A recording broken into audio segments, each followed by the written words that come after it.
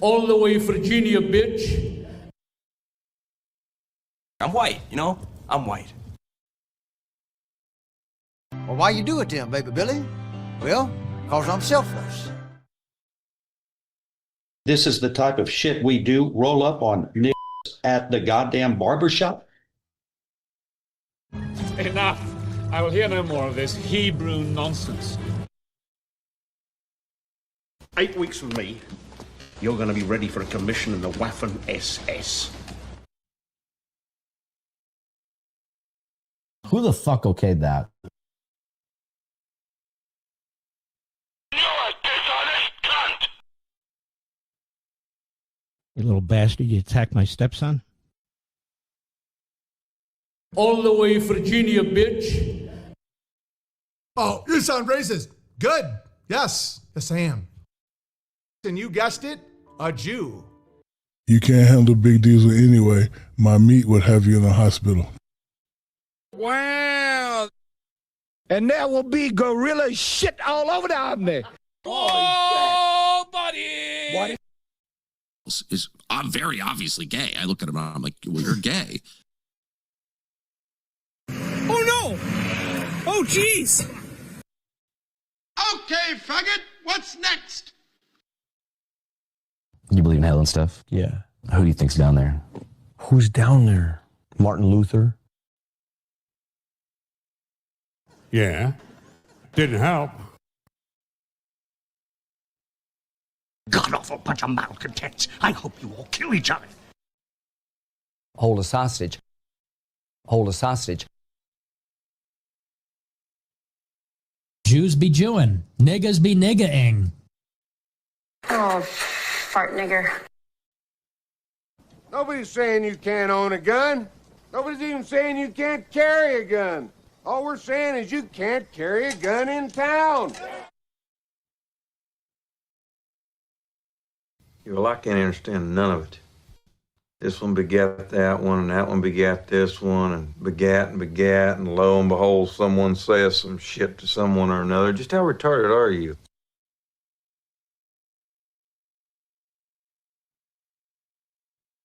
All the way Virginia, bitch. Rest now, brother. We have the watch, and I'll see you in Valhalla.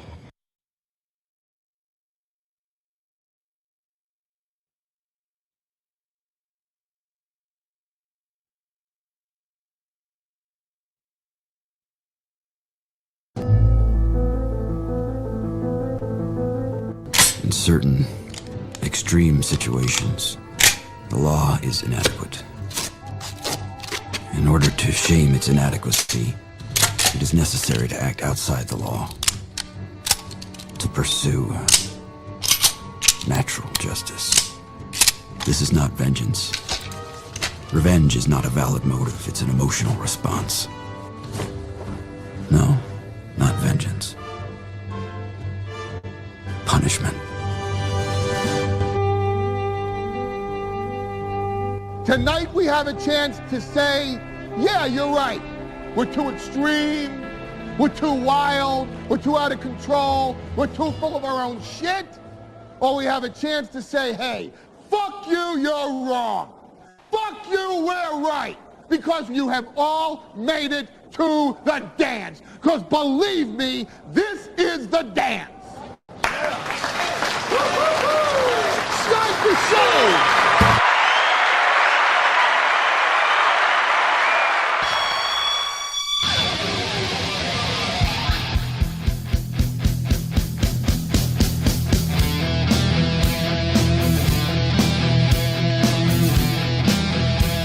What's going on, you little noodle dicks? Good evening and welcome. It's the Steel Toe Evening Show. I went to the gym. My undershirt's changed. I showered. I'm good. I just finished a load of laundry. That's not a euphemism. But I just finished a load of laundry and I came to a conclusion that going to the gym, like the week before, last week, and now this week, I've been going to the gym 4 to 5 days a week. And of course, I know what you're thinking. Yeah. Didn't help. But one thing I was doing before was I take my shirt I wore in the morning, I'd throw it in the dirty laundry after wearing it for 4.5 hours. I'd put on my t-shirt and my shorts that I wear to the gym. Obviously, take those off when I get home. They're all sweaty and gross.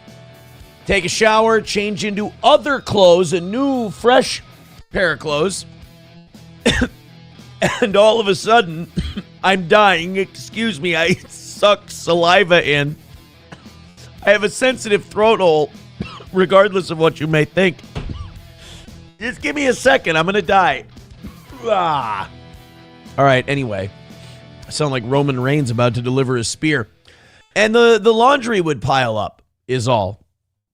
So I decided, why not take the shirt I'm wearing in the morning, set it aside, do the gym thing, and then shower and put the shirt on later, because I'm ultimately lazy when it comes to laundry. So thus, here we are, same shirt.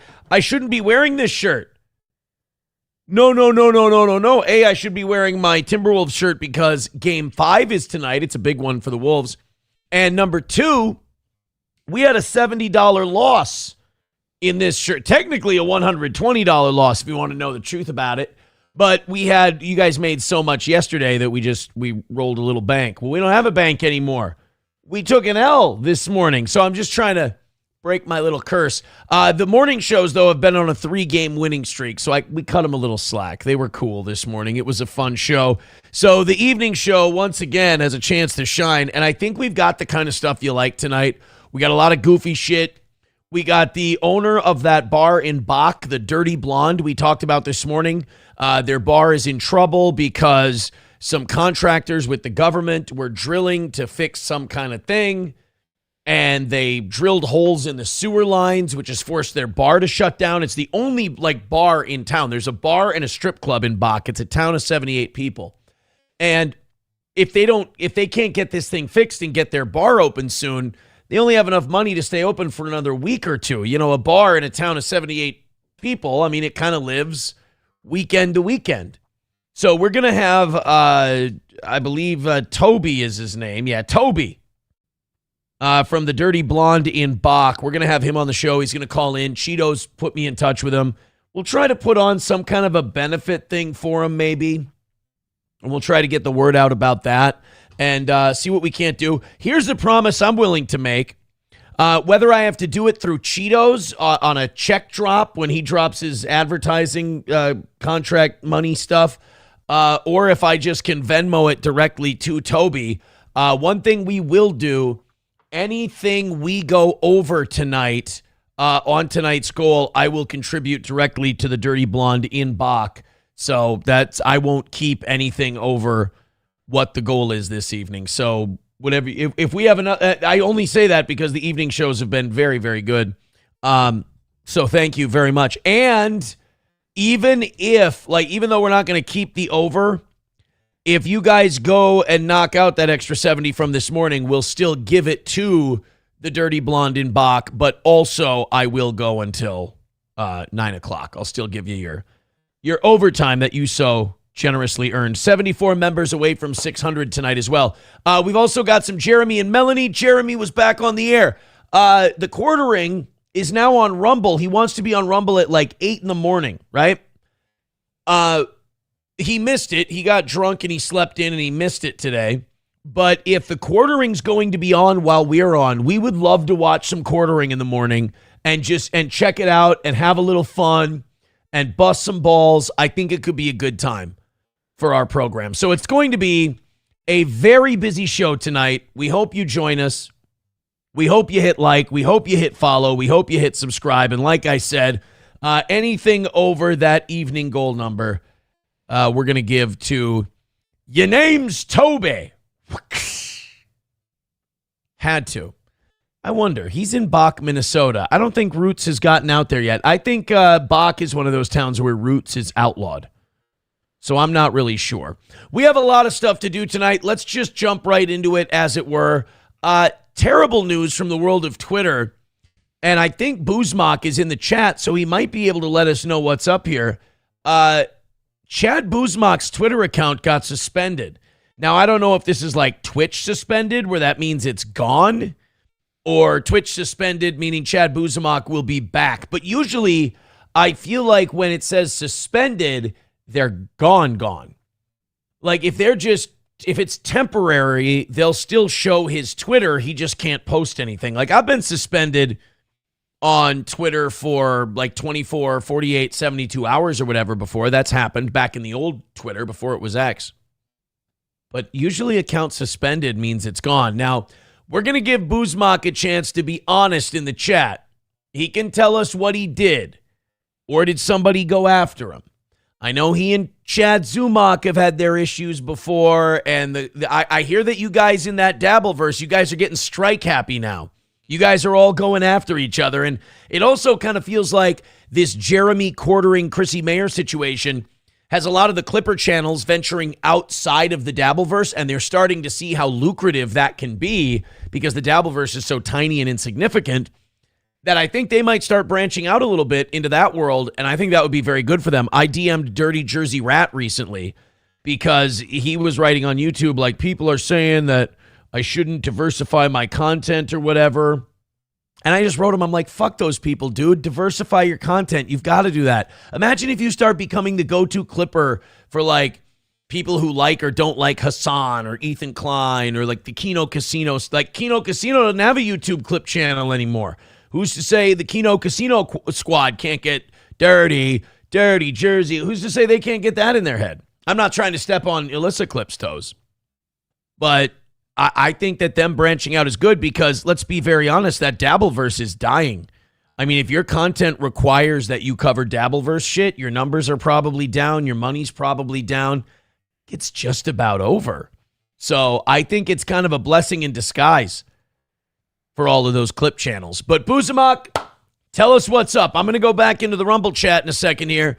You tell me what's going on with this Twitter thing. And tell me if you know, who's behind it.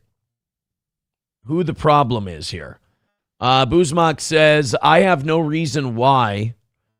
It's a permanent suspension in read-only mode. I will appeal, but doubt anything will come of it. I think a targeted attack. I did nothing crazy today. I have never struck. But have you done anything crazy like in the last week? Because this could have been something somebody reported you for a week ago. And they finally got around to it. I mean, did you really piss anybody off? Like, put it this way. You know the gay shit you put up about me? And I'm just like, oh, that's funny, and we'll play it on the show, and whatever, it's a good time. I know for a fact that 90% of your Dabbleverse boys that you like would get upset and offended if that was them. They're very soft. Carl, Melton, all those guys, they're the definition of dish it out but can't take it. That's why they can't even do their Friday cope session anymore. They just can't take it. So did you do anything like that? Because I've kind of cursed you Dabbleverse people a little bit. I kind of spoiled you in a way because I do this as a show. It's performative. It's not, life and death. This needs to be blood sports. It's not boomer blood sports like these other retards in that Dabbleverse. So, like, I have a sense of humor. I'm happy-go-lucky. I don't strike anybody. But the rest of the people that you guys kind of follow around there, they are very, very sand in their vagina sensitive. So, I mean, really, the one with the biggest dick that doesn't strike or do anything gay is, ironically, that Kaylee. She's the one with the biggest set of balls in that whole world. So, I don't know. Like, you can't think of anything you might have done? He says, to be fair, I don't think it was Chad, but maybe one of his minions. Doubt it was AI, and I am pretty tame on X. Huh. Okay. Well, I guess it's a mystery that will go unsolved for now. He says, nope, nothing worse than anything you find on X. All in fun and bullshitting. Doubt it was AI flagged and assumed targeted. But by whom, I don't know. Well, that sucks. I don't think there was anything wrong with what you were doing on Twitter as far as I could see. And if anyone did report him, that's a bitch-made move, if I do say so myself. But whoever did report you, I'm sure Chrissie would sweep for them. That's the good news. She would.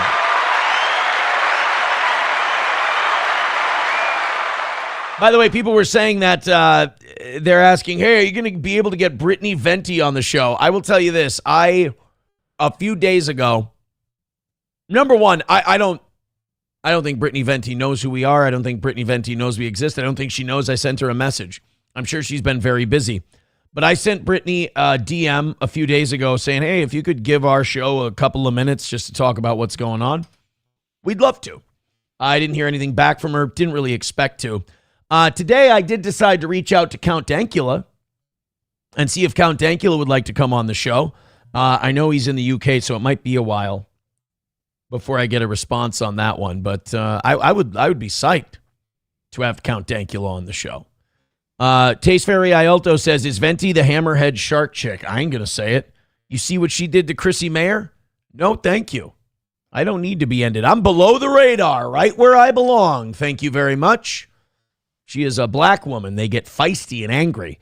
Also, I called her little the other day. Someone informed me. They said, Brittany Venti is 5'10". They said.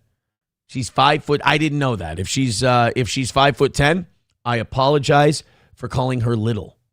I did not mean to do that. She is a gigantic fat bitch. I apologize for saying anything that would be insulting. That's terrible on my part.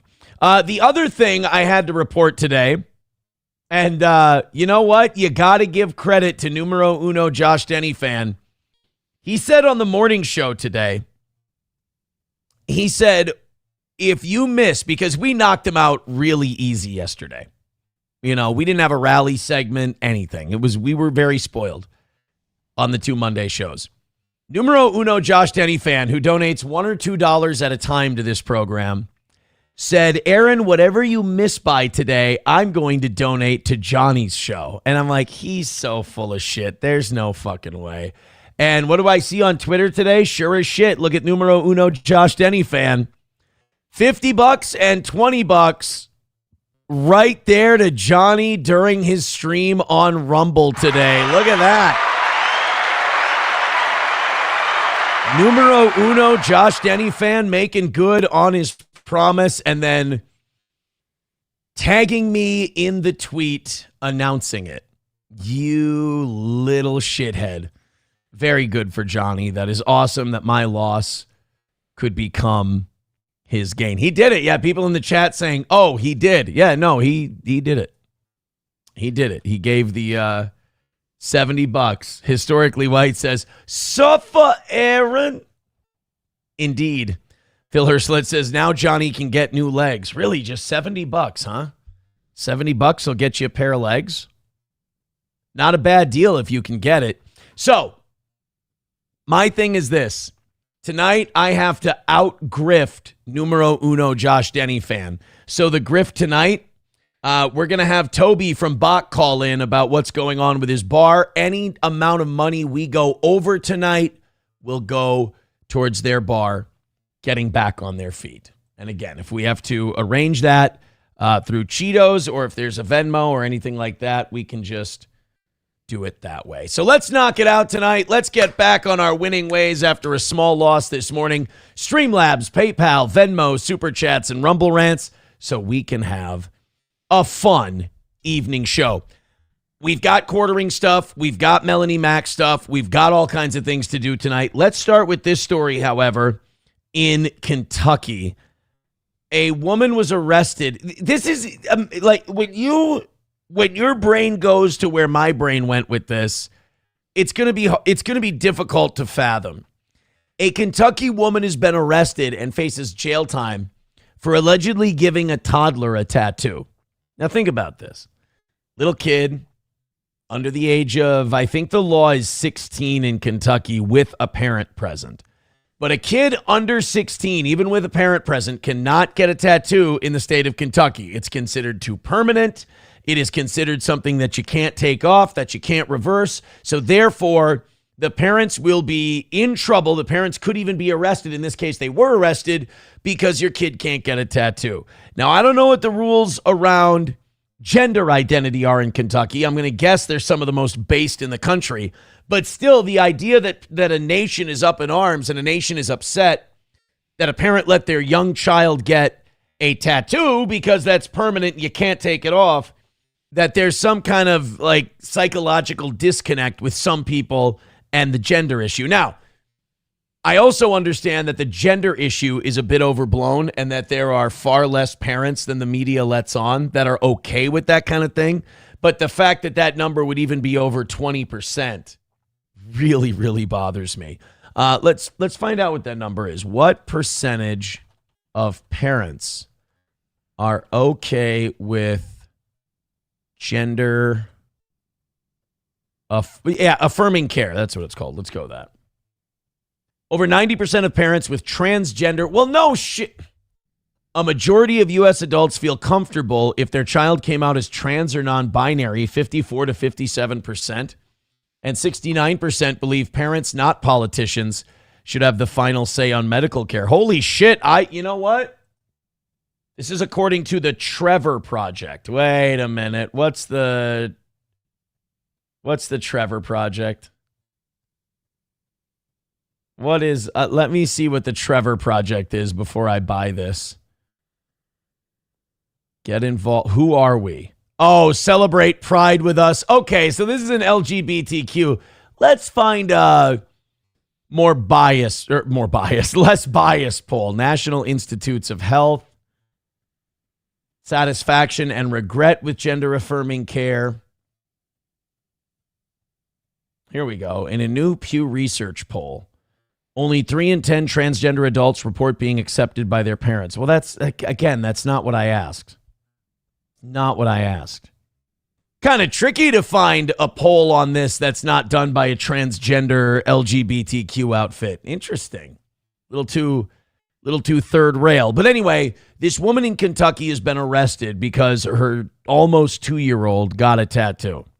See, if she would have spent less time live streaming and more time looking after her 2-year-old, this would have never happened in the Mayer household. In Adair County, a woman is in jail after state police say she tattooed a 22-month-old child. How about that's a woman, first of all? Yikes. That's a softball coach right there. According to an arrest citation, Brooke McDaniel told troopers she was tattooing her own leg when the toddler walked up and stuck out his arm. Troopers say she admitted. You were tattooing your own leg? What kind of white trash, trailer trash shit is that? You're tattooing yourself? Like there's Americans out there who just have their own tattoo set up. They sit in their house just diddling away on themselves. Phrasing, Aaron. And then, well, my toddler stuck their arm out. What was I supposed to do? Not give the kid a tattoo, for starters. Admitted to giving him a small black dot tattoo on his right forearm with redness around the area. Witnesses told investigators McDaniel called it a, quote, party dot tattoo and claimed the child wanted it. Yeah, the child's 22. Do you see how this kind of reflects the trans issue as well? Like, the 22-month-old wanted me to give it a permanent tattoo it couldn't take off. Right, but it's your job as the parent to inform the 22-month-old that it may not know what it wants forever. It has no concept of forever, and that's a mighty long time. And that as a parent, you would go, I'm not going to give my 22-month-old a tattoo. Again, I see the tattoo and the gender issue is kind of linked. There's a lot of parallels between the two. But hey, I didn't know the 22-month-old wanted it. Did it want a cigarette and a beer by chance, or did you run out? McDaniels is charged with 4th-degree assault. Wow. Whoa, geez, 4th-degree assault. It's a little rich for my blood, but I mean, I get it. Anything to stop parents from thinking they can just tat up their kid before they look like Bam Bam Bigelow. Also, I'm still getting over the softball teacher, the softball coach build of that particular woman. Gurmy writes, would... No, you wouldn't. How about the fact that the mom's name was Butch? That's perfect, right? Butch drinking Bush, giving the kid a tat. That, I tell you what, that family is going places. I mean, court-mandated therapy, but they're going places. Hit like, hit subscribe, hit follow. Before we have our guests come in today, let's move that goal a little bit. Streamlabs, PayPal, Venmo, Super Chats, Rumble Rants. We are bone dry. First 20 minutes in. Am I that bad? Am I that bad? shit. Well, you'll like our guest tonight. We've got a very good, wholesome guest tonight, a follow-up to something we were talking about this morning. I hope you'll enjoy it. This is one of my favorite things we have this evening. A guy got hired at McDonald's. He got a job, very excited to have his big job at McDonald's. It's a step in the right direction labor-wise and independence-wise. He saw the welcome message and the orientation details and then showed up 10 minutes late on his first day. So his big orientation, his big induction day to McDonald's, he gets fired for being 10 minutes late. Now, I don't want you guys developing any preconceived notions of who this person is. I don't want you being stereotypical or gross or disgusting or prejudiced or bigoted. He got a job at McDonald's. He showed up 10 minutes late on the first day, and the boss decided to shit can them because if you can't be 10 minutes early on the first day, you know, it's only going to get worse from there. So let's go ahead and watch this and listen to it. You know what? Let's big screen this because it's in horizontal mode. Again, or vertical mode. Just because it's in vertical mode and the person was 10 minutes late for their job at McDonald's does not mean that we're hinting at anything here, all right? I want you to watch this. I want you to listen to it. Just because it's someone going vertical mode when they're filming and they work at McDonald's and they were 10 minutes late, it doesn't mean anything about who's in this story. Go ahead. Please let him know I'm holding the policies. No, I came today to start my job today, and this lady right here told me I cannot start the job just because I was asking her questions. They also said asking her questions. That's true, but you haven't seen anything yet. You don't know. People can... By the way, this female manager kind of looks like Butch, who was arrested for the tattoos in the last story. She's out. That's all I did. Did I not ask her questions, y'all? Then just ask me questions. I just got here. I just want to ask questions. And you told me you don't even want to help me. Right, and we're just asking our questions. She's just asking her questions. They were asking questions. He was asking questions. Now, in fairness, yes, the accent thing drives me nuts too. But they're flipping burgers and putting fries in the oil and pulling them out and put them in the, under the heat lamps. I don't think we need 100% grammatical correctness. I mean, shit, if they got all their teeth, they're doing all right. But they just came in. I hate it when people are arrogant even after showing up late. Like you fuck up and you still think you're entitled. Like if you're 10 minutes late, I wonder if this person could have kept their job if they would have been like, oh my God, I'm so sorry. I'm so late. We had an issue at home and I got stuck in traffic. I should have left earlier. I'm so sorry. But if you show up 10 minutes late on your first day and you're like, yo, why aren't you paying me attention? I got questions I want to ask you. I just want to ask you some questions. And they go, all right, get out of here. You're fired. We don't need you. And then you pull out your phone and start filming them. Again, I'm not saying that they would have been a model employee. I'm saying this job may not have been over with had they responded to this differently. These questions too. I need please. Fine. So like I said, I'm making my video. Came down here to do my job and the lady is tripping. Yeah, that lady is tripping. I mean, look at her. She's clearly tripping as she's on the phone with the police, trying to get them to come down to take the unruly ex-employee out of the store. Calling the police and all of that, and it's not no different. Even if we're 10 minutes late, that's not how you treat people. I mean, if you're supposed to be there for a shift and you're 10 minutes late for it, technically that is how you treat people. That's one of the things you have to learn in the workplace. If you're 10 minutes late, yes, people do fire you for that. That's not how you talk to people, and that's not how you do people.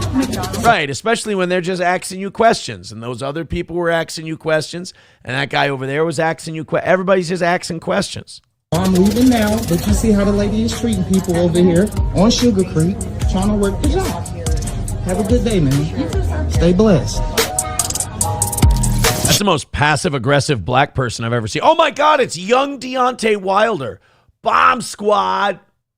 Yo, just because you start filming does not mean you are right. And this seems to that's not the person. Okay, that's not the person who did. Yeah, you can't show up 10 minutes late, get fired, and then act like they're the problem. Let's go to our guest. We've got him on the line right now. We talked about this morning. We played that KSTP story, and Cheetos was nice enough to hook us up with their contact. We asked if they'd come on. They said yes. It is the owner of the Dirty Blonde Bar and Grill in Bach, currently closed. We'll get to that in a second. Toby is on the line. Good evening, sir. Good evening. How are you doing? Pretty good. I mean, I see you guys are going through it right now, so why don't you give people the rundown for the people who might have missed our show this morning when we talked about it. Bach is a little town of about 78 people on Highway 23. What happened with your guys' bar that you can't currently be fully open? MPCA has came in with previous gas stations. I own one bar, and then we purchased the building next door, old gas station, years ago. They're coming in and drilling wells for contamination to do testing quarterly. And basically started in 2023 when we bought the bar and did some test samples, and then came in on March 1st, or started April 1st. They drilled up on our sidewalk with a machine and basically drilled right through my sewer system. So they drilled through the sewer system. So does that mean like the area on the sidewalk like reeked of shit and stuff? Well, you could say that when we dug the hole, it did. Yeah. No, we didn't notice it for about on and off. We had some issues and didn't put two and two together until the end when we had to shut down on last Friday when we couldn't use anything. Two Fridays ago. Yeah, not this past Friday, the Friday before. Okay, yeah. two Fridays ago, you guys had to shut down. Now, this was a contractor with the state of Minnesota that was contracted by the state of Minnesota. So what was the original problem? What we heard in the news story was that the previous owners had some kind of issue and the environmental protection or somebody had to go in there and fix it?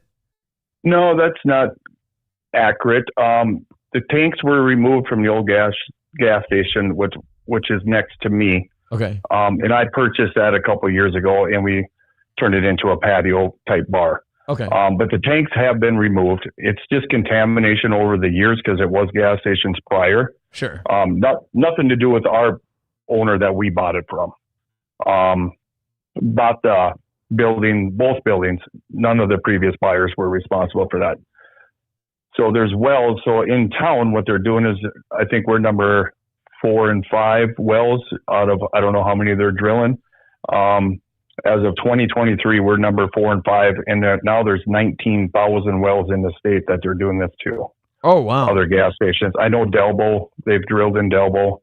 So it's not just us. There's quite a few. Pretty much where there's a gas station, they're going to drill. Okay, so they cut into the sewer line. You guys have this leak. It's not pleasant.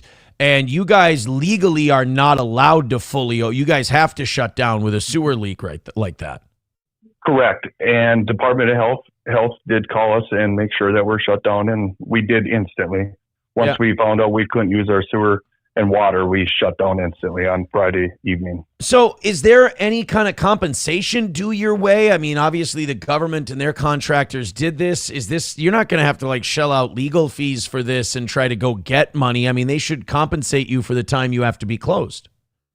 That's what we're hoping for. We're still in a little legal issue, representations and insurance. And yes, I got great news today from a person that's part of our insurance that we are moving forward. So I'm hoping to be up and running on this Friday or Saturday. We're pushing to get this done. I have, if you don't mind, I got a plug out there for a friend of mine that works for Overson. Oh, go ahead. They're coming to line the sewer on Thursday.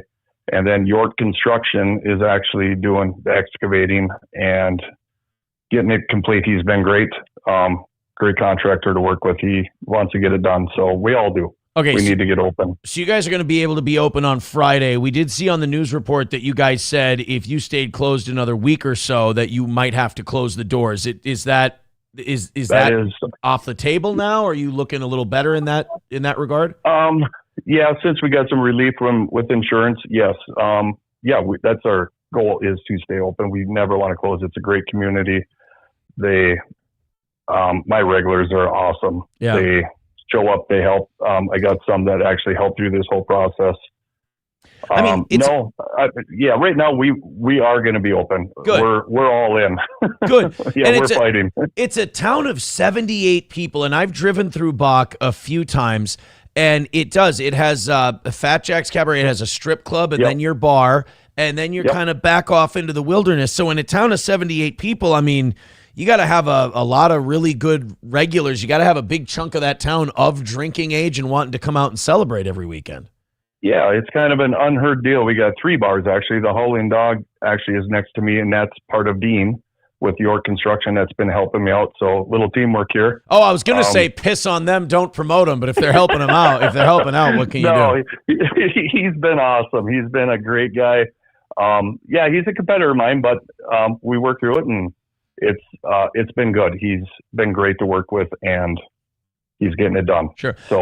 So you guys are going to be able to open again Friday, but the last thing I kind of want to clarify, have you heard anything about the state? I mean, I know you got good news from insurance, but will the state have to give you guys anything? Are you in the process of trying to figure that out? Do you think the state should have to compensate you guys a little since they're kind of responsible for this?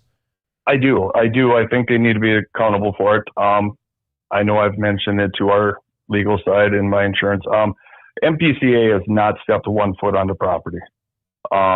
I know the subcontractor to them, I won't mention them names, but they have job they're there, they're overlooking it.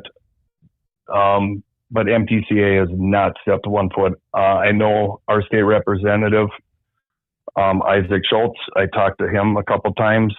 He's been good. He did get a hold of the MPCA and talk to them. As you can see on the news report that they're well aware of it, MPCA, but I know they want to talk to me, and I don't know if I'm ready for that yet. All right. Well, I tell you what, if all else fails and the government won't give you any money, you guys can try opening a daycare. A Leering Center. Yeah. Go ahead and give it a shot and see. I mean, you'll probably get a couple of bucks that way. The Dirty Blonde Leering Center. Dirty Blonde Leering Center. I think it could work. I mean, just, it's Bach. There's got to be an unused shed somewhere. Oh, yeah. There's a few around. Yeah. Just hang a sign on it and you should be fine. Yes, absolutely. Repeat after me. Salam alaikum. I cannot pronounce that. I don't speak that language. Well, alaikum salam would be the appropriate response. You'd be halfway there. The bar is the Dirty Blonde Bar and Grill, and you have my number. We've done live events and comedy shows and things like that before. If you guys need us to help out in any way or do anything or whatever, just let us know, and we'll come up there and do something if you need it. Otherwise, my hope would be that you guys just get to open the doors. The state works with you. Everything gets, you get compensated for all the time you lost, and kind of keep us in the loop on this whole deal. Absolutely, and I truly blessed of the support we've had. You guys, KSTP took it. Channel 5, Star Tribunes reached out. Isaac Schultz, our senator for the area.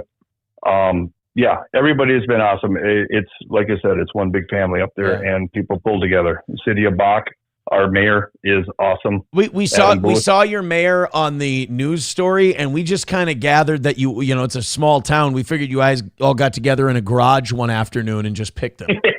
No, we get together at the Dirty Blonde. Oh, of course. Yeah, you go to the Dirty Blonde. That's like the colonial days. You got together at the local tavern and you made all your big decisions. There you go. Yeah, we don't even now with being shut down. They just go in and grab their own beer, leave some money on the till. Yeah, exactly. Yeah. Well, Toby, again, thank you very much, and I'm glad things have turned around for you guys. And again, if there's anything we can do, let us know. I appreciate it. Appreciate the call out, and shout out to Cheetos at Stoney's Bar and Grill. Absolutely. Bar. He needs a grill in there. Yeah, well, I tell you what, quit shouting out other businesses and just promote yours. They're all friends, man. Yeah, you promoted 2 or 3 other bars more than your own at this point. Yeah, but we're a team, right? We all got to work together. I appreciate the call. All right, thanks, man. Have a good one. Thank you. You too. Bye. There's Toby from the Dirty Blonde Bar and Grill in Bach, promoting some other bars. shitting on some other bars. You know, fun. TVP says he has 56 watching on YouTube. He ain't reaching the goal. It's certainly not looking great tonight, seeing as we haven't even sniffed a buck. Unlike the strippers at Fat Jack's Cabaret in Bach, across from the Dirty Blonde. Yeah, it's not looking good for tonight. It wasn't good. I thought, you know, all of our feel-good stories that we've been doing lately with the hidden camera stuff and the local guys, and then I thought if we said, hey, let's make a little money for us and then make a little money for the Dirty Blonde, I thought that was going to work out.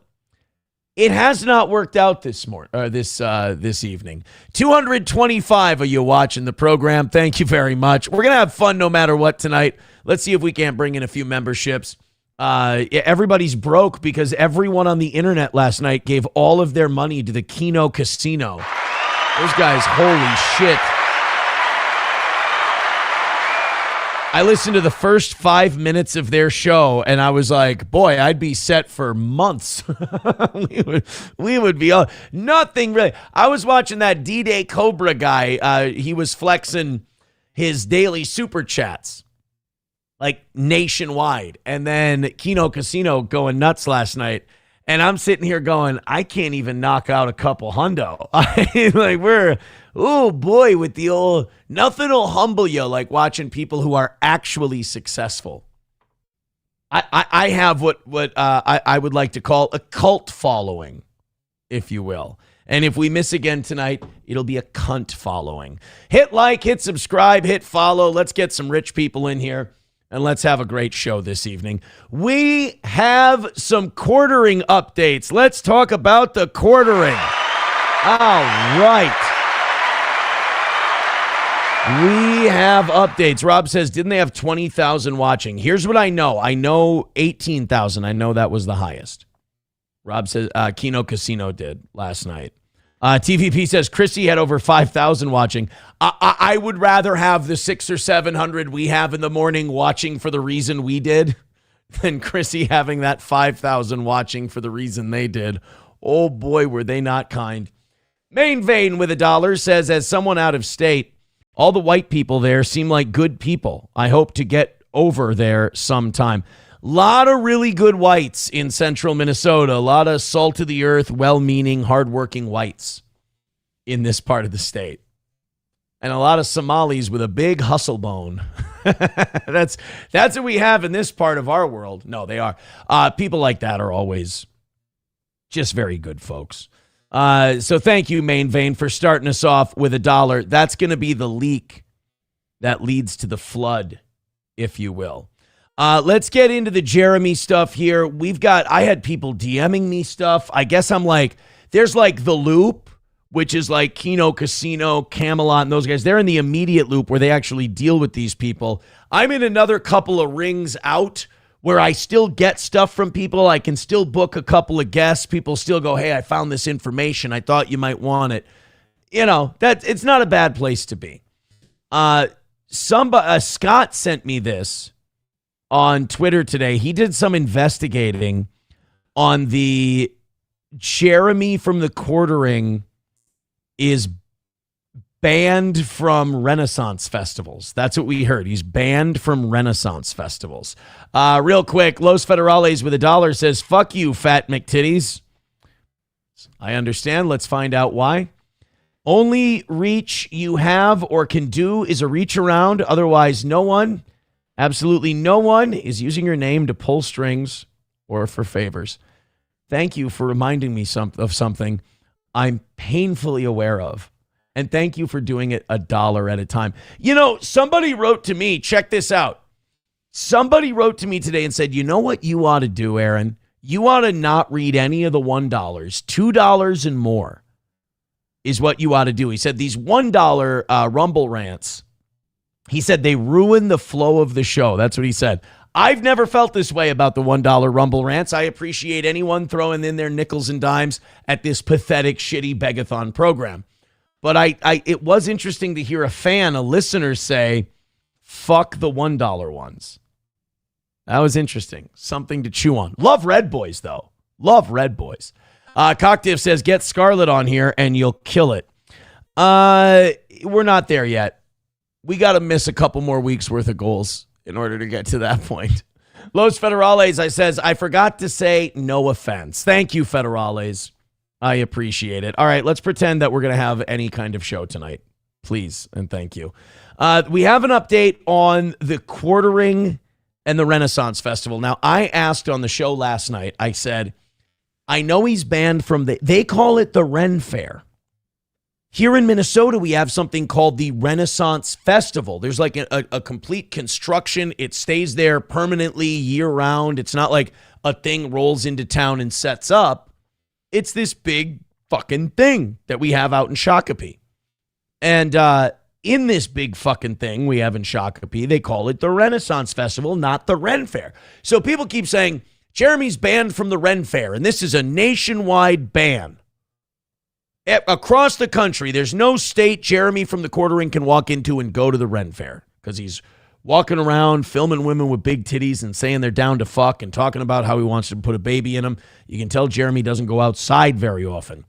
Well, we got some clarification on it from Scott on Twitter. He said, regarding the quartering and those Ren Fairs, I've had further clarification. He's banned this year in California, Wisconsin, and New York. 3 states. There are 2 additional states planned for 2027. I mean, does he drink and eat that much that they have to, that some of these states are having to take a year to prepare? But hear ye, quartering will not be joining us in 2027. So serve him all the meat and turkey legs you can. We need to meet a quota. We cannot lose his supply for the year. We've already set our budgets. So apparently, like other than those 2 additional states still need Jeremy for 2026. They're banning him in 2027. By the way, how the fuck you people get this information, I have no idea. We've got something a little later at the end of our Jeremy coverage today where people found out that Jeremy is either posting or responding to Craigslist ads that are like code names for swinging. And this was Kiwi Farmers that did this one. There's an international Ren Fair in the works in the UK, but he's banned from that as well. Staff and security have photographs of him to ensure enforcement. All the flagging and lies and retardedness, etc. is one thing. Being banned internationally from public events is massive. He's a pervert. He's creepy. He's banned from the Ren Fair. Oh, buddy. What? So there we go. That's the official word. What really sucks about this is that Jeremy can now come to the Renaissance Festival in Minnesota. So I'd like it if we could be on high alert and just, make sure if you see a giant ogre-ish looking motherfucker filming people and muttering to himself, kindly guide him towards the exits. So there you go. Wisconsin, New York, California, 2 more states in 2027, and an international Ren Fair in the UK. Again, how people figure this stuff out, I have no idea. Bapa Shab says, literally arming themselves to defend the castle walls against Ogre Jer. We need crossbowmen on the parapets! Crossbowmen and archers to the parapets! The giant ogre of Jer from the land of Wisconsin. He approaches. The quartering monster approaches. He has some kind of mystical device and he's pointing it at the breasts of our maidens.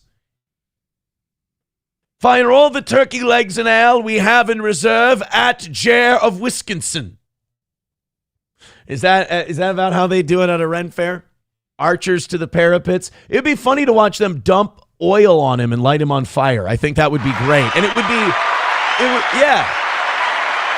be accurate to the time frame if they dumped oil on. I mean, not to be mean, just because that's how they would do sieges back then. I'd like to do it like Kingdom of Heaven, where we paint rocks at 200, 150, and 100 yards, and we just start, firing clay pots full of feces at him, He wouldn't notice the smell at first, but after a while, he'd go, smells like my Walmart in here. Landers with $5 says, hey, $5, change your shirt too. We demand perfection, you slob, you sexy, sexy slob. There's nothing wrong with this shirt, but if you want to change it, it's going to cost a red boy. Main Vein with $5 says, you got a Hanta update tonight? My local news radio has had it every news break for days. I actually do have a Hanta virus update. No bullshit. It fits in with tonight's sauna report. But people are saying in the chat the poop only makes Jer of Wisconsin stronger. All right. So Sir Jer of Wisconsin is only made stronger by the fecal matter. So we need to launch what, deodorizer at him? I don't know. Skousko says the quartering monster died in the holly. They don't know what the holly is back then. We could have an inquisition for Jeremy. And the inquisition could be very simple. It could just be, are you a fat, retarded, flagging hack? And then we could call the trial over in like a couple of minutes and all go to lunch at the Ren Fair where he's not allowed. We do have word. Our military units are moving against Jer of Wisconsin. So I do have an update on hantavirus. It turns out a lot of the people at the Y work at the hospital and the VA. They get all kinds of discounts to get memberships there. So a lot of the people I'm in the sauna with, they're either doctors, nurses, or just a lot of them are retired guys, right? And we got to have a little talk about hantavirus today. It did cause one of the retired guys in the sauna to start griping about COVID. There was a doctor in there, there was a nurse in there, and there was a retired guy in there. It sounds like I'm about to start a Jew joke. And we got talking about hantavirus. And the old man's like, all I know is they're not going to get us like they did with that bullshit COVID. I'm like, based. But the doctor he assured us that we had nothing to worry about with hantavirus. He said a lot of our fail safes would have to, we'd have to, basically paraphrasing. I'm not going to try and quote him because he's smart and I'm a retard. A lot of the things we already have set up to prevent an outbreak like this would have to fail extravagantly and at the same time in order for hantavirus to spread like COVID did. He said he just doesn't see it happening. He said you never say never, but it's highly unlikely that anything's going to happen with hantavirus. And then he said, I'd like to write you a doctor's note to get out of a court date. And I'm like, hey, you're not even licensed here. What are you doing? Can I write you a prescription for back pain killers? No, get out of here. Turns out his name was Steven. And I'm like, you tricky son of a bitch. Not even a licensed doctor here. You know, that's kind of malpractice, you offering to do that. Can I grab your testicles and have you cough? No, because it's not, you're not my doctor. The fuck are you doing? Patrick Melton likes it. Stop. It's enough. So no, apparently the sauna update I have for you today is the hantavirus is not a big deal. Don't worry about it. We're fine. But we do have more Jeremy stuff to get to today. Oh no, there it is. Good. So we got this one, and this. All right, yeah, 3 more Jeremy clips. Let's do that. So we learned about the Renaissance Fair. And I'll be honest, man, after watching Kino Casino, I feel like they spent 11 hours kind of meticulously breaking everything down. I think this is our last night of Jeremy and Chrissie and Melonie. Really, unless anything extravagant happens in the next 24 hours, I think we've pretty much covered it. We'll watch a little Jer tomorrow, if he's on live. But today, we saw the return of the one and only red-haired zealot, red-haired heretic, the red heretic. There you go. The red heretic herself, the grifter Melonie Mac. She was back with Jer. And guys, don't worry. They're praying for us. They're praying for streaming. And the forces of Satan will not gather against them and shall not prosper. I believe they said that an army of Jesus Christ bearing his cross cannot be defeated in battle. God wills it. And I came in and I told Jeremy and Melonie, this army cannot move away from water. They didn't listen to me. So as Jeremy and Melonie Mac head into the Horns of Hattin to meet Saladin and his Muslim force, they're praying for each other. They're full of the Holy Spirit, and they're going to put their head down and get through this. Let's hear what they had to say about all the drama. Devin, I can say kudos to Melonie for not stabbing in front of the back. Well, you know what? You'd think it'd be the easiest thing in the world to do, but apparently it's not. Oh, wait a minute. I didn't really catch that first part when I first listened to this. Was that a Chrissie Mayr shot? Apparently, well, one more time. First of all, kudos to Melonie for not stabbing a friend in the back. Where the fuck is she gonna go? She ran herself out of that weirdo lefty vegan YouTube niche community. Now she's a Christian somehow, but all she does is says faggot and Muslims. So I don't really know how much of a Christian she is. She doesn't seem to know much about it. And then I got nowhere else to go. There's nowhere for Melonie to go. What's she going to do, Jeremy? Go out on her own? She's fucked. Let me tell you something. Jeremy and the quartering is going to have to be the island of misfit toys for all these retards that got roped into his gravitational pull, and that's a fat joke and a black hole joke at the same time. He's got to hire Chrissie. He's got to hire Chrissie, or Frank's got to become a janitor somewhere. Something's got to give, because Chrissie ain't going to make any more money. Chrissie's numbers were already in the shitter before all this stuff happened, and they're going to be even more in the shitter. And she's got to buy diapers. She's still got to pay for vaccines so her kid can go to fucking school. He's got to hire her. First of all, that Hannah Claire Bremelo, Peter Bremelo's family member, whatever, she's out. She's gone. She went to that great quartering farm in the sky. She said, I'm out of here. Jeremy's like, she might be back for the midterms. She ain't coming back. So there's an opening. Chrissie Mayr's going to fill it. Chrissie Mayr would work cheap. And Jeremy still makes, if you look at his views on YouTube, I bet he makes anywhere from $3,000 to $5,000 a month on YouTube. Then whenever he takes in super chats and memberships. Then you take Rumble and the creator program. And I know I make a healthy amount on the creator program, and he makes multiples of what I make. And then his Rumble rants and his memberships and all of that. I would say Jeremy could probably still pull in, you think I'm nuts if I say $20,000 a month? Jeremy pulls in. Now, if you can rein in your overhead and not spend like a dipshit, you could pay Chrissie a few grand a month. You could pay Melonie a few grand a month, and then they could make the rest on whatever YouTube channels and side projects they do. But you have to hire Chrissie.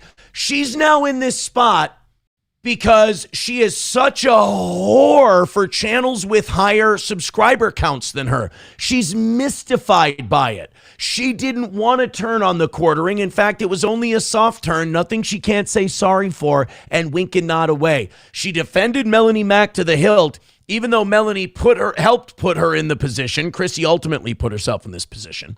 But Melonie helped put her in the shitty spot she was in, but she sees Melonie as someone with clout. Chrissie is a born clout goblin, never wasn't, always has been, always will be. If you have a higher subscriber count, she'll take your side. That's who she is. A lot of us have known that for a long time. A lot of people are now figuring that out. And you know she doesn't totally disavow the quartering for the flagging stuff, because she's flagged channels before. She's threatened to strike people and written them nasty notes, and her and Frank have tried to strike channels in the past. They're shit people. So I don't know if the quartering means Chrissie. I hope he doesn't, because she's kind of taking swords for him. So he better, and as far as, Melonie, thanks for not stabbing a friend in the back. What the fuck was she going to do? Devin, I can say kudos to Melonie for not stabbing a friend in the back. Well, you know what? You'd think it'd be the easiest thing in the world to do, but apparently it's not. That's people are constantly, that's the thing with these kind of mobs is What mob? Please explain to me the mob. You pissed off every YouTube creator and podcaster out there by indiscriminately flagging and shutting down channels for no sin other than they were criticizing you. You shut down their channels. You shut down that Kino Casino producer's ability to make a good chunk of change for his family. That pissed off a lot of us who thought that was a real dog shit move, and also something that all of us have to come down on you for, because we can't let the next pissy-eyed quartering fuck think that that's an okay way to handle your problems. We got to shut that shit down. We've got to make this hurt so that nobody tries to do this again. This needs to be a war to end all wars kind of a thing. So don't call it a mob, bitch. It's not a mob. It's justified. Your boss, hey, here's something all you grifting fake conservatives understand. Your boss fucked around and now he's finding out. That's what they want. And that's what they're not just like, call us SJWs. they're wanting everybody to turn on you. They're wanting all your friends to turn on you. It's the same as like the woke left mob. And that's the thing. Oh, there it is. Melonie Mac made it 25 seconds without a woke mob reference. Do these people know anything other than shitty 2016 grifts? Next, they're going to call it cancel culture and SJWs. She's already done that one. Oh, it's like the woke left. It's actually nothing like the woke left. If it was like the woke left, we'd all be canceling you for how many times you say faggot. But we're not doing that because we don't care. We know you're doing it to grift and pretend to be edgy, and you're angry that you married two of them. I would be too. They like sausage. You never could find out why. You thought it was the protein. Boy, were you wrong. But, oh, it's like a woke mob. Is it like a woke mob, or did you fuck up? Thing is, it's not. And what I've learned from all of this experience too is that this is a Hey, whoa. I'm excited for this. Let's see what Melonie Mac has learned from this. This could be the redemption arc of Melonie Mac, the return of the Mac, if you will. She's going to tell us what she's learned. I wonder if she misreads the entire situation and fucks it up and digs herself a deeper hole. Can't wait. This experience too is that this is a human nature problem. As bad as the woke left is, it's like, oh, you know what? This isn't exclusive to just the woke left. This is called a human nature issue. Yeah.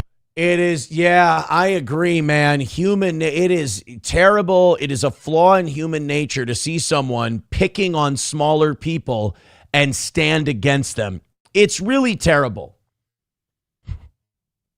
You know, when you see a guy with 2 million subscribers getting fucking pussy hurt because some guys are making fun of him, accurately, I might add, and he starts shutting down these smaller channels. Yeah, you know what? You're right. It is a human nature problem, but not in the direction that you're pointing it. Yeah, it's a sin issue. And a sin issue. And so, yeah, that's what a lot of this has really turned into. But it's like, I don't want to do that. I don't want to participate in outright dog piles on. Who do you have to dogpile on? Who is there to dogpile on? You can't dogpile on anyone. Nobody's done anything to you. They've responded to disingenuous bullshit that you've done. Honestly, you probably should be excommunicated just for that shitty Christ is King dancing video you did.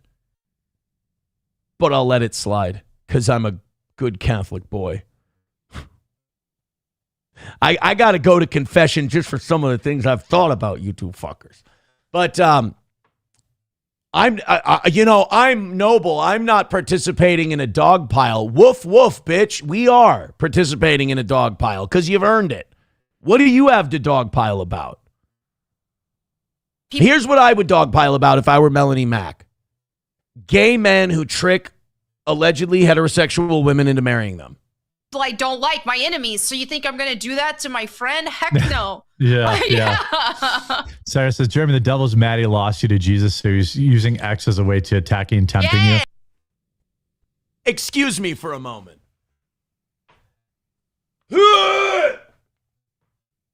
Just give me a second.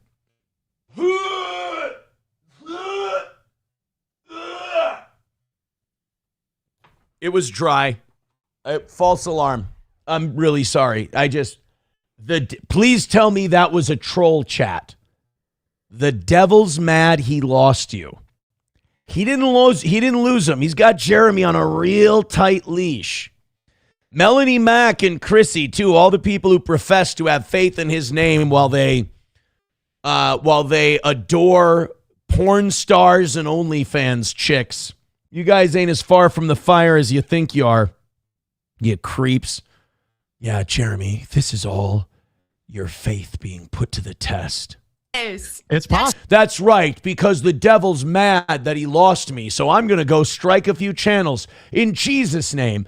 God wills it. True. Yeah. Hey, I'm not without sin. I'm not without mess ups, but like. You don't say. Don't be so hard on yourself, Chair. I mean, number one on the list, gluttony. Am I right there, big fella? It's not for me to discuss with the internet. It's for me to discuss with God. Exactly. Amen. Oh my God, amen. This is great. None of this has anything to do with religion. None of this has anything to do with Jesus. This all has to do with you guys being complete pieces of shit. I'm not going to talk about the Catholic shit as much anymore because I'm worried people are going to look at me like they look at Melonie Mac and Chrissie. This is a lesson for me. I don't need to be associated with this tomfoolery and skullduggery. Yay, amen. Yeah, I'm so glad I flagged those channels. I'm so glad I steal. But by the way, thou shalt not steal, thou shalt not bear false witness. I'm so glad I stole all those shorts and posted them as my own and pretended I made them. That's so great to pump up my viewership numbers because my channel's dying. Oh, amen, Jeremy. That's so good. Chrissie's going to be joining these assholes by the end of summer. Mark my words. I will donate. Keep me to this. Ready? Labor Day will be the limit. Labor Day, I will donate 50 memberships to the Rumble chat if Chrissie is not co-hosting the quartering by the end of summer. 50 memberships in the chat. You know what? I will say this. I applaud these two. I hope they continue on talking like this because I want to watch them in the morning if he's going to be on while we're on. And I would love to see more of this complete dog shit, if you will. If you will. Let's see what else we've got here. I just want to catch up with the chat before we go to our next thing. Our next thing is Camelot was talking to Sydney Watson. Sydney Watson she's been around the conservative circles for a while. And Sydney was starting to DM Camelot about stuff like secrets regarding Jeremy. And then apparently she got a talking to from Jeremy, maybe some kind of legal threats. I don't know. And she stopped divulging quite so much. We're going to get to that in a second. You know, Camelot, who I don't think is a big fan of mine because look, the only problem I have with Camelot is he fell for the my daughter didn't test positive for cocaine bullshit from Rekieta. But they're friends. He's kind of, honestly, Camelot is to Nick what Chrissie is to Melonie Mac. And I think he kind of paid for that, as it were. I have no other problem with the guy outside of the fact that he kind of had to make himself look like a fucking idiot in order to do that. But it's his friend, you know. What are you going to do? He picked up the broom for a little bit. But he's right on this, and he's been knocking a lot of this stuff out of the park. We'll check it out in a second.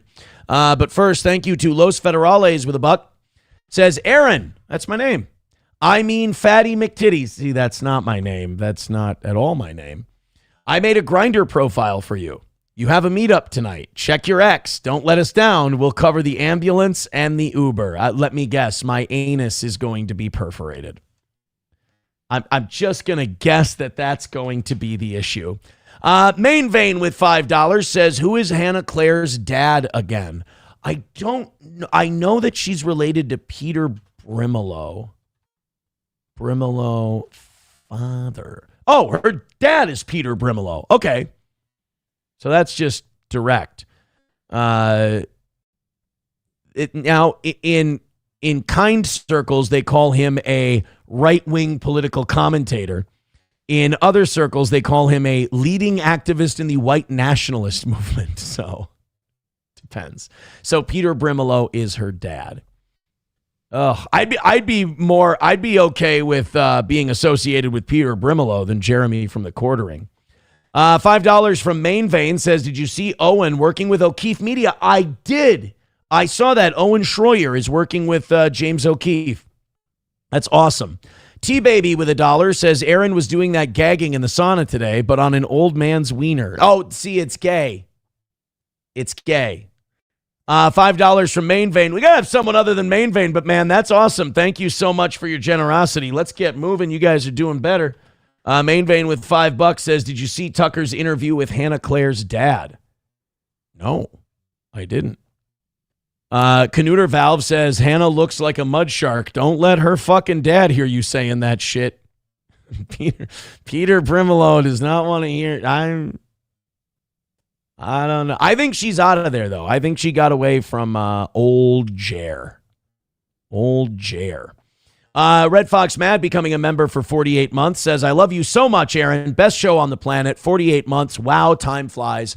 Radio, here we come like thunder in the night to shake earth. Wow. Do I have to do like an Oba Femi strut for that? That's kind of, got to work on this arms, upper body situation. Thank you guys very much. Appreciate the support. Keep it up.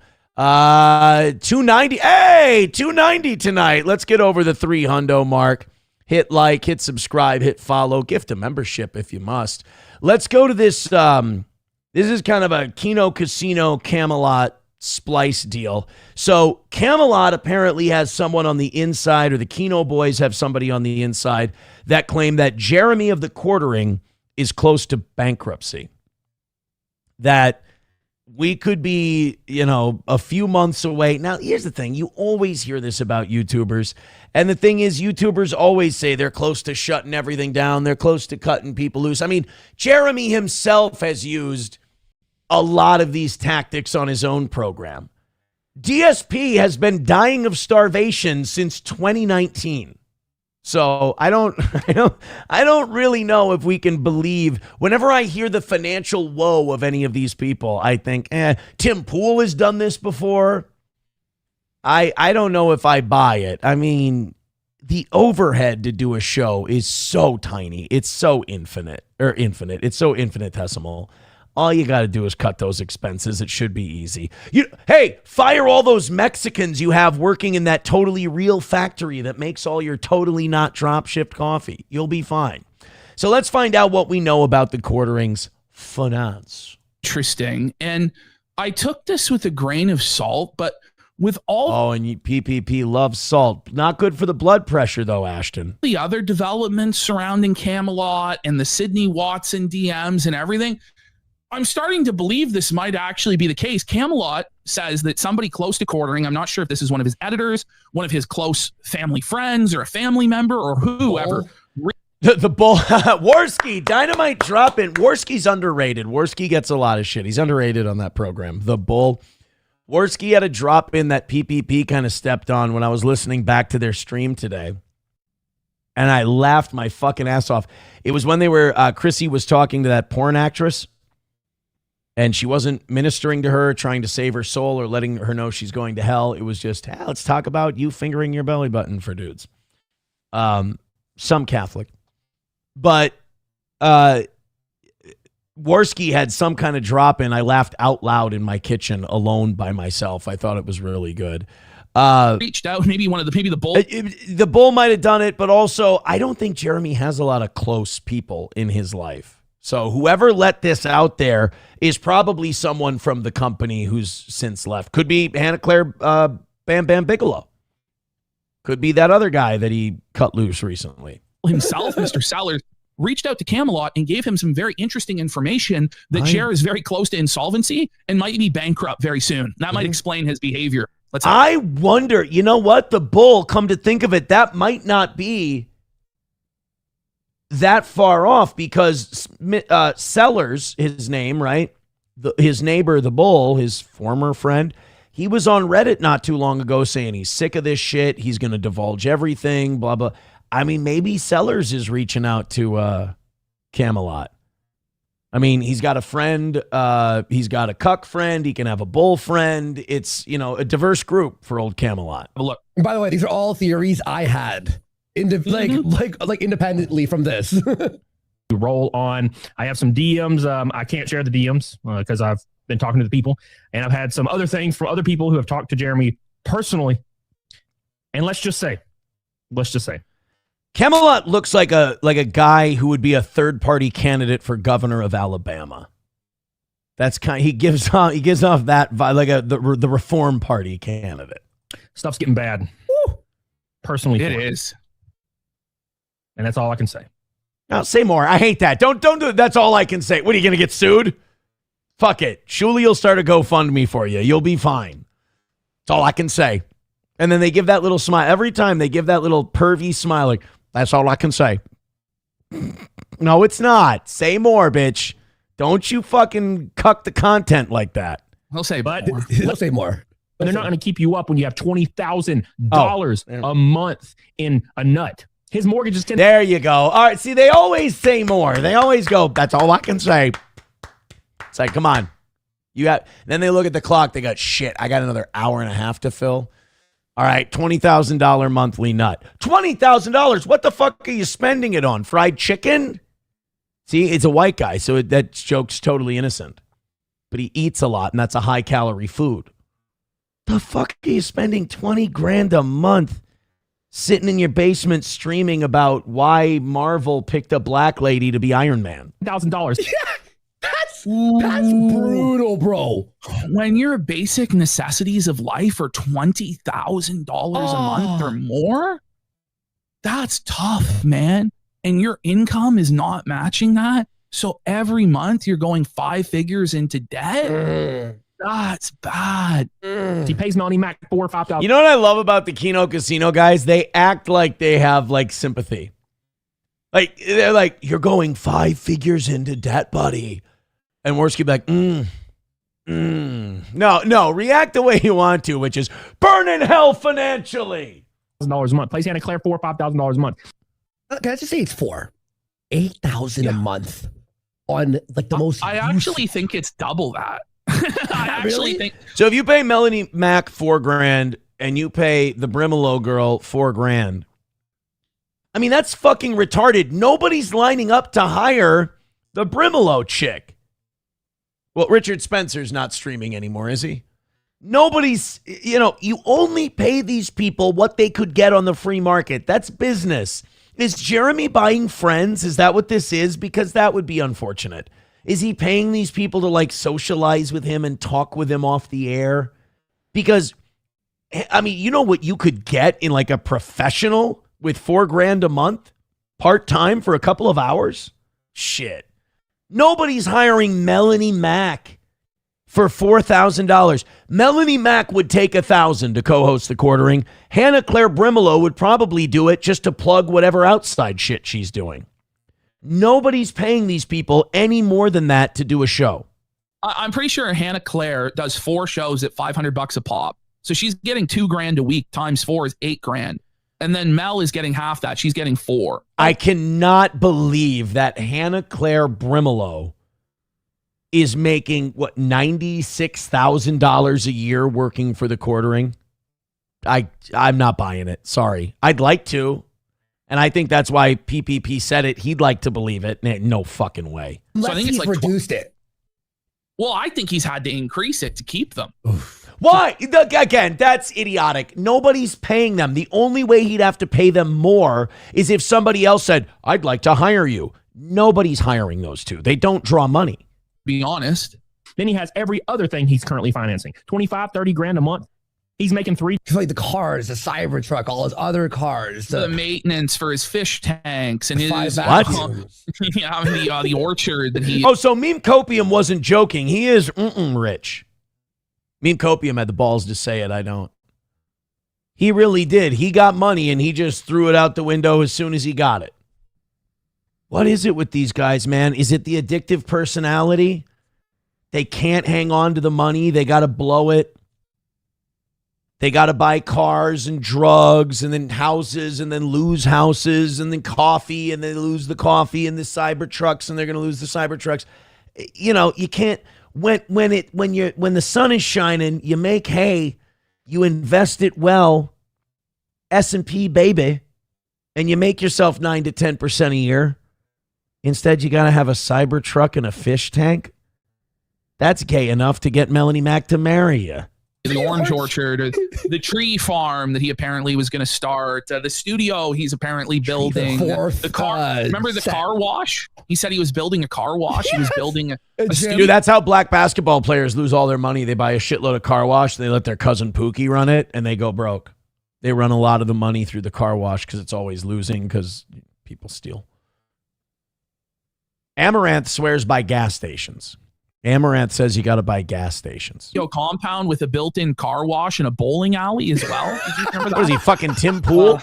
He pays for like the highest level of dog food and pet food for, his multiple dogs, multiple cats. Like, I think he said something like he was spending $1,200 a month on dog food alone. Yeah. I remember that.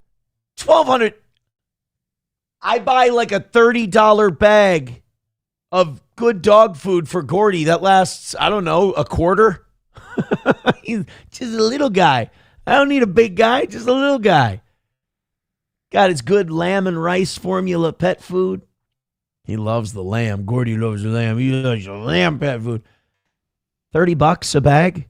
Lasts a quarter? I might be wrong about that number, but I think it was $1,200. No, there's no fucking way, unless he's feeding his dog lobster, that he's spending $1,200 a month on dog food. Look, I'd love to shit on Jeremy, but I'd also like to be accurate. There is no fucking possibility that you can bring in a whole cow and you can butcher him and hang the cuts in a freezer. You're not spending $1,200 a month on dog food. Something, but yeah, it was something like around there. Yes, for sure. And so it's like when he's living his lifestyle beyond his means, not just at the limit of his means, but beyond his means and going into debt. And he just that's because all these guys who make it big streaming, they've usually never had money before, and they get rich. And they just blow it, and they're just like professional athletes where they think they're going to make that kind of money every single year, every single month. And it's like, once you spend it and now you're committed to spending it, it's hard to cut back. You can always go up a little when things are good. Hard to come back down. We thought that the money would come in the same as it always did. And now that it's dipped, he's panicking and freaking out. Again, remember the last show? I saw his leaked $50,000 a month from like 2022 or 20. Could you guys please give Cody a little bit better face here? Could you give him a better pause screen? He looks like he's doing a fucking Rich Little impersonation.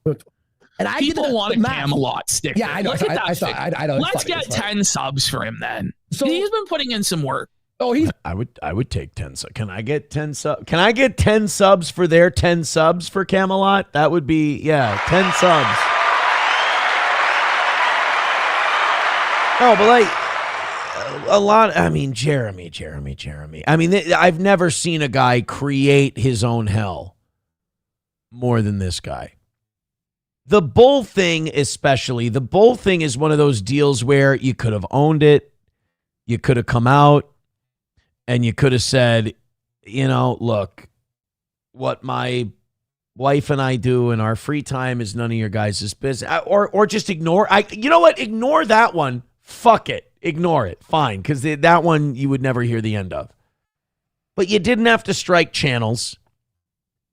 You didn't have to try blocking or getting people's accounts taken down. And you didn't have to steal the content and then defend it. I mean, so much of this is self-caused. Skousko says, Camelot hates you, Aaron. It's because he has to.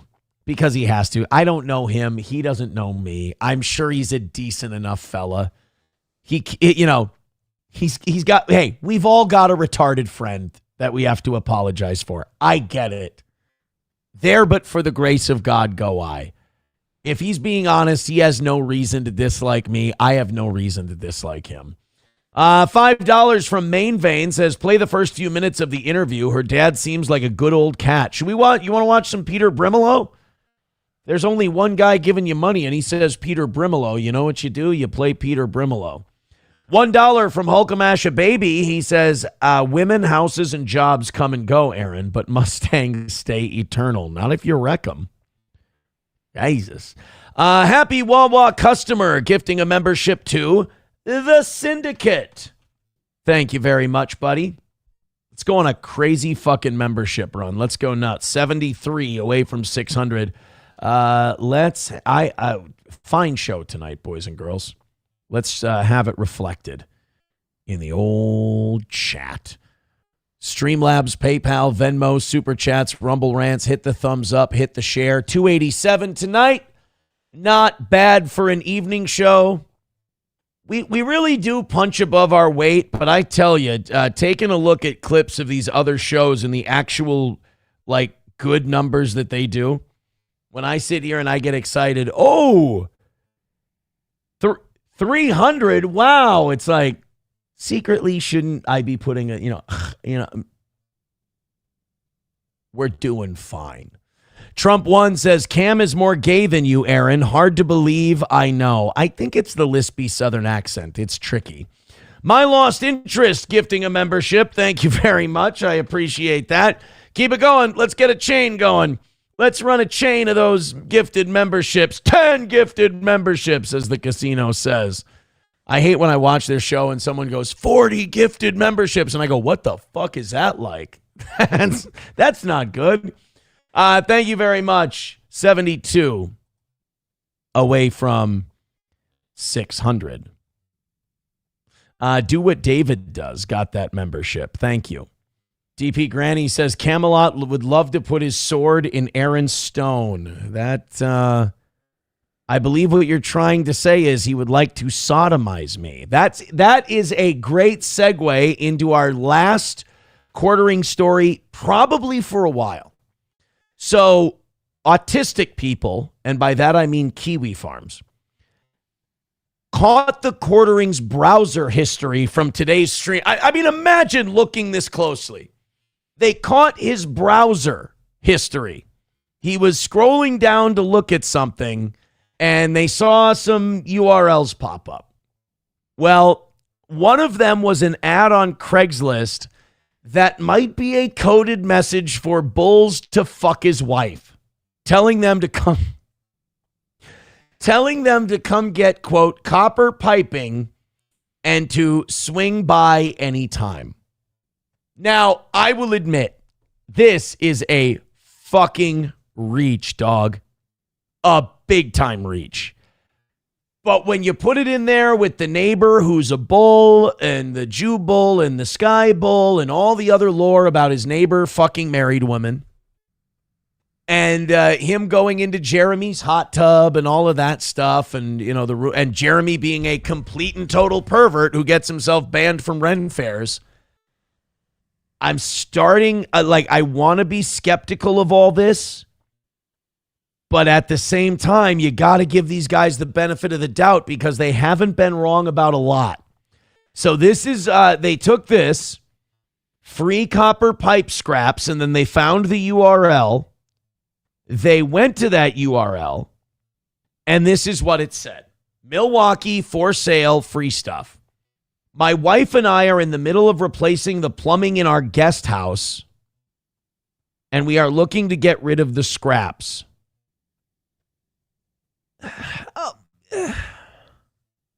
Okay, maybe you're replacing the plumbing in your guest house and you have copper pipe scraps.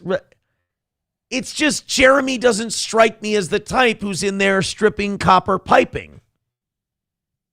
Jeremy doesn't strike me as the Bob Vila, hands-on, Al Borland, Tim the Toolman Taylor, do-it-yourself type. We don't want anything for them. It's 100% free. We work from home, so you can swing by anytime. So people put, you know, the swing by part was a red flag to people. Well, then we found out that the term copper piping, let me get myself out of the way here. Copper piping on, Urban Dictionary.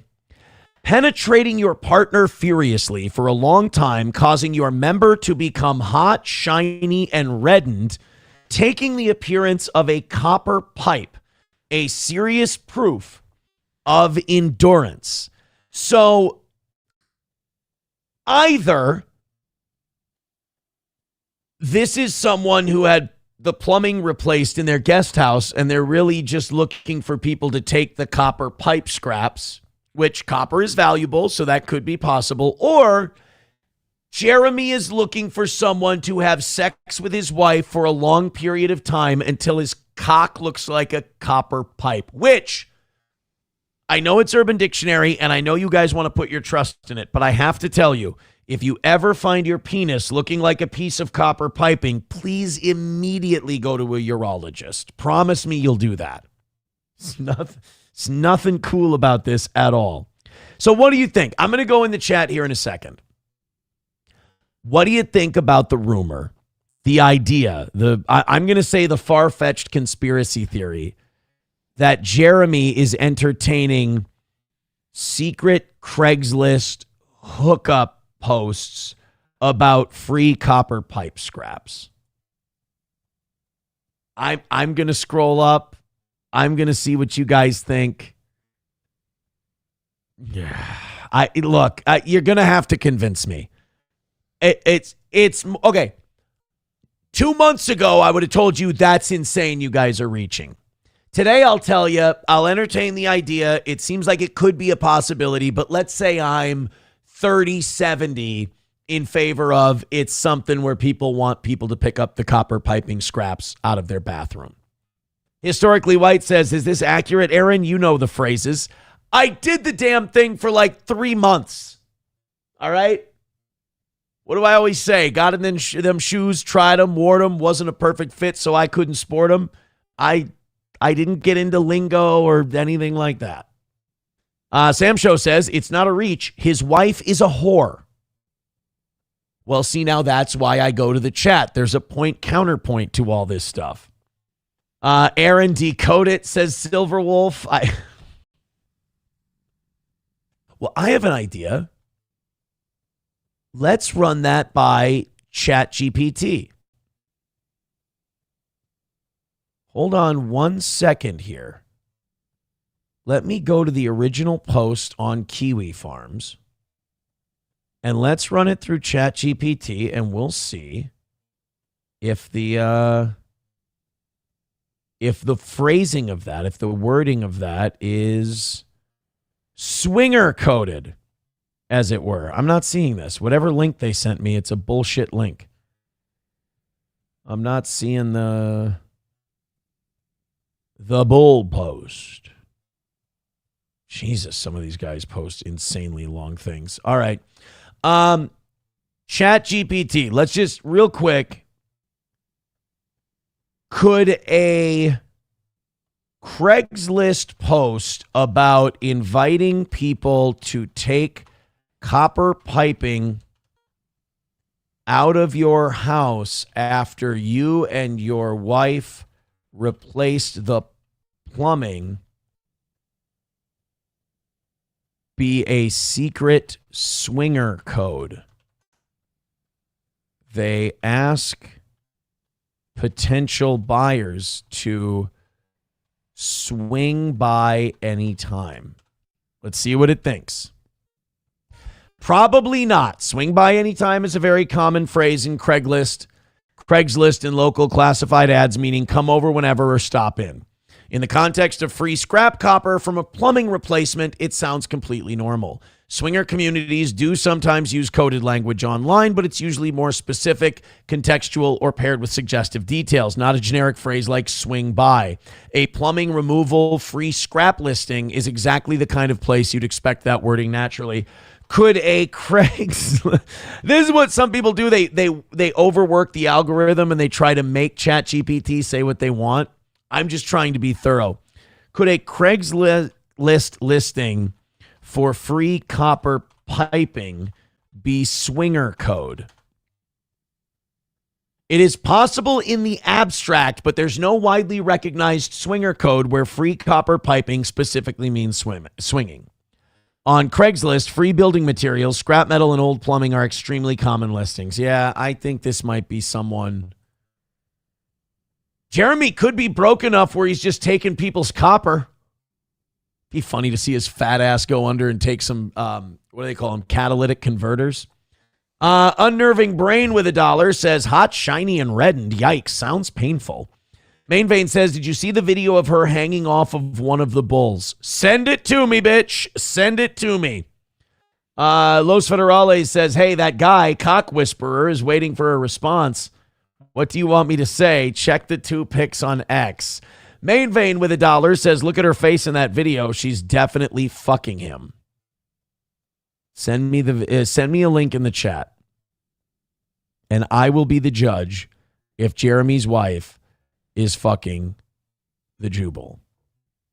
Papa Shab says, I want to believe. Do you now? All right, what did Los Federales send me?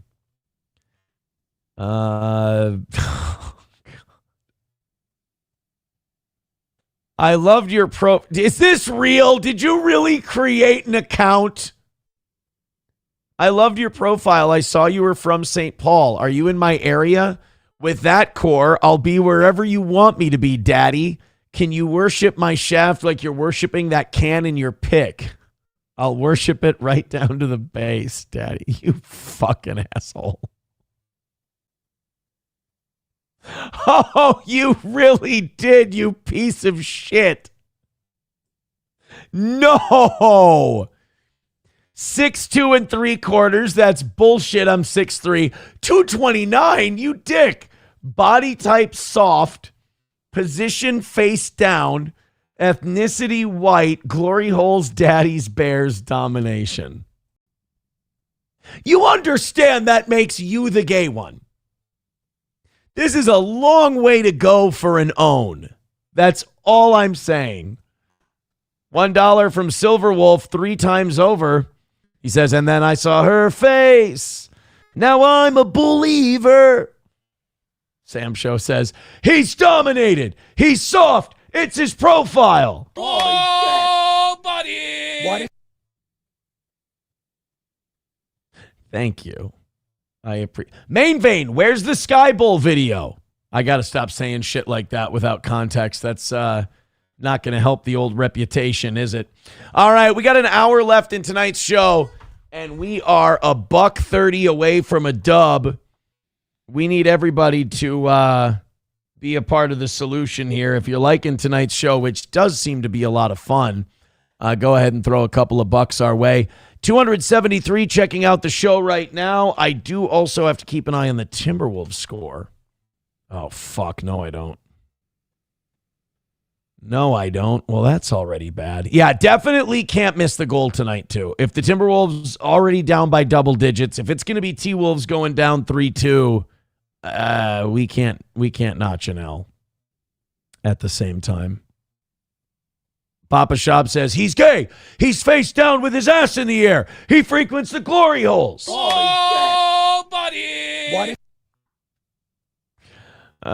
The meth heads will get really mad when they come for that copper. That's just it. If you ask for the copper piping and then meth heads show up and they're like, you want to fuck my wife? They're like, no, I want copper piping. I need to get meth. Is there meth in your wife's pussy? Do you want there to be meth in my wife's pussy? Jeremy's got a bowl of fruit sitting on the counter. The meth head goes, hey, what are those oranges for? And Jeremy goes, get the fuck out of here. Please and thank you. BRJ says, when Jeremy's wife sings Copperhead Road, it's code for her getting her poon slammed. That's not very nice at all. That's not very nice. Here we go. We got Redbird with $2 says, you really can't go more than 2 years without going off the deep end, you filthy degen. What did I do? Wally Word says for the Bar and Leering Center and donates 10 memberships. Thank you very much.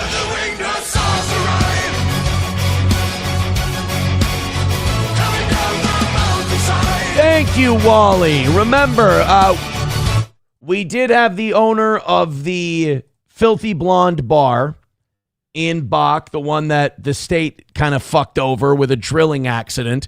And I did say any amount we went over tonight, we would send their way. The only problem is we're looking a little better now. We got an hour left and we're $80 out, so we can still notch a dub tonight. Thank you, Wally, for the $50. That's awesome. The 10 memberships, 62 away from 600. Thank you very much, Wally. That was incredibly generous. I don't like that Main Vein said that there was a clip. He's like, Aaron, this will make you a believer in all the bull stuff and everything else. And now I feel like I'm just kind of sitting here waiting for it. Because that was our last quartering thing, so we're kind of done. Did you guys see the Tyler Oliveira thing? This guy, he legit is a real one. Like, Tyler Oliveira is what boomers think Nick Shirley is. I mean, he goes anywhere for a story. He asks the questions that need to be asked. He's not afraid to talk to. I mean, he was here talking to the Somali daycare people and all that stuff before Nick Shirley ever was. But he'll also go to Curious Joel and he'll interview all the Jews who are on welfare there.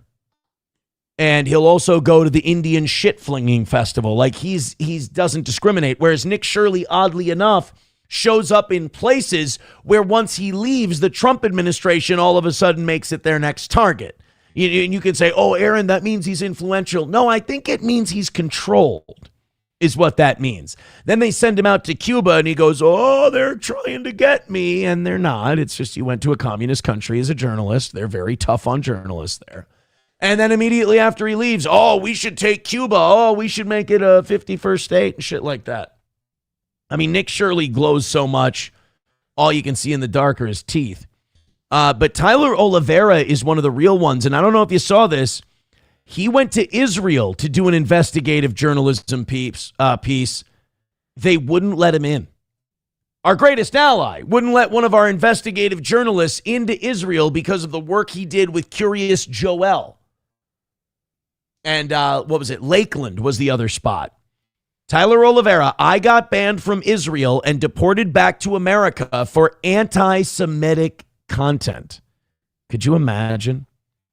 So you're saying we give $3.8 billion a year to a country that doesn't protect free speech.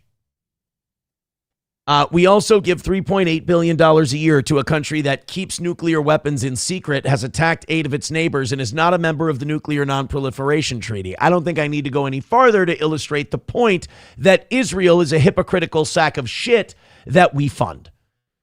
But Tyler Oliveira, if you find a cousin or a friend or a neighbor or a relative of yours who goes, hey, Nick Shirley is great, you got to watch Nick Shirley, go, bro. You really ready to have your hair blown back? Why don't you go watch Tyler Oliveira and leave the kiddie stuff for the kiddies? Huh? So Tyler Oliveira, I love how he looks proud as shit that he got banned from Israel. He shows the paper right there. Yeah, this is really interesting. All of those Jewish American guys who get picked up for molesting children, Israel will take them in. But if Tyler Oliveira wants to come in and do some reporting, all of a sudden he's anti-Semitic and he's got to go. Fascinating. We got some real generosity coming in. Thank you guys very much. We've got Kurt with $10.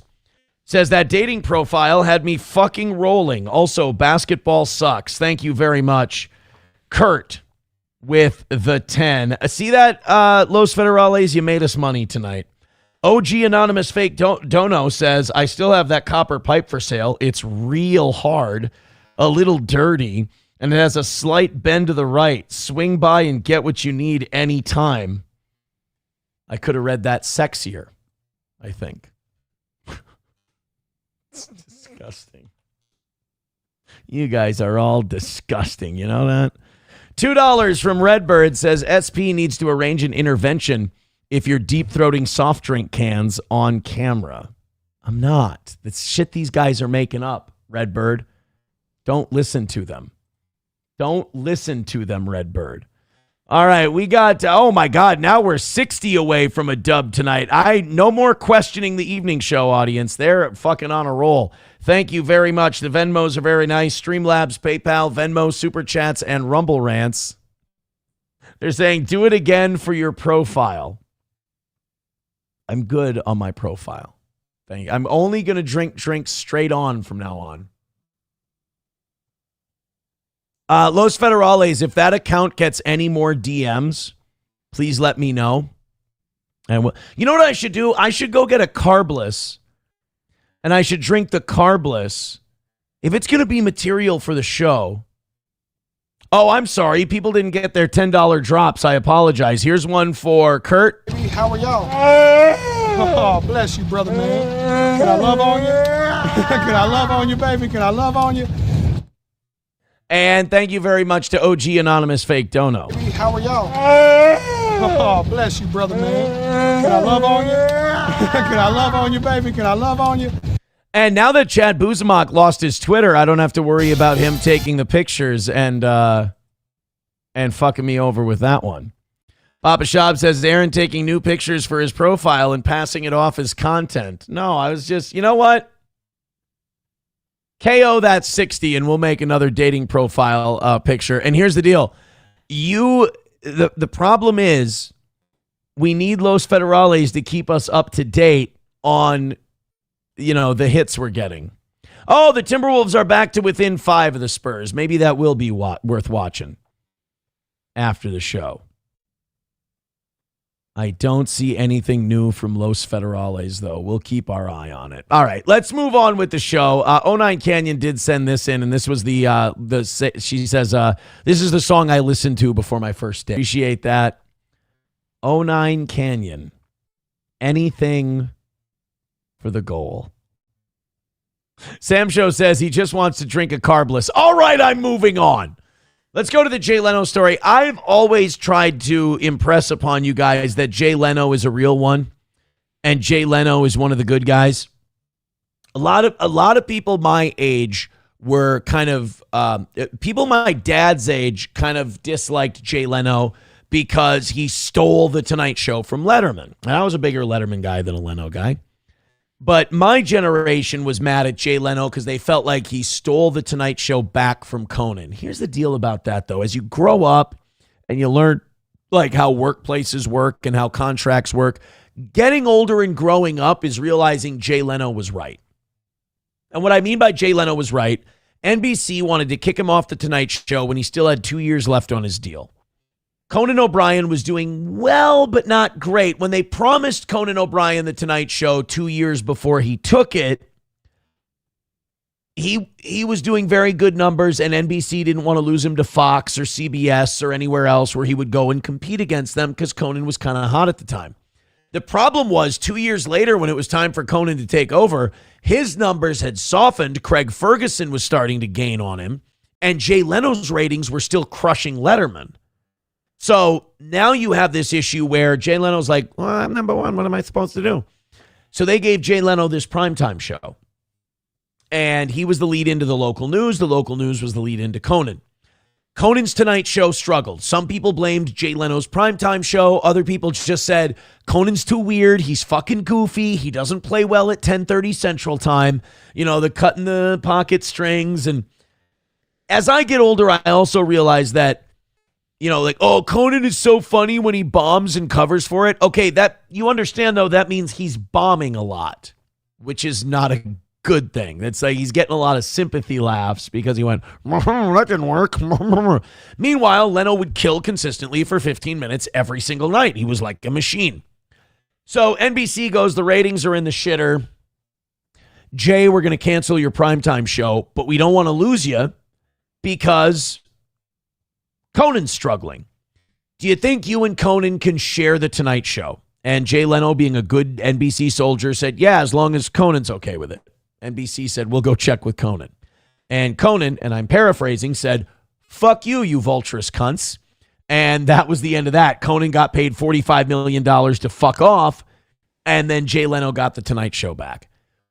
What was Jay supposed to do? The company he worked for said, here's what we want from you. Here's what the company needs, and we're going to pay you X amount of millions of dollars. Is he supposed to just go, that's okay, but, I'm not going to take it anymore. Yeah. What is it, the most valuable position in all of late night television? No, I'm full, thanks. Let Conan have it.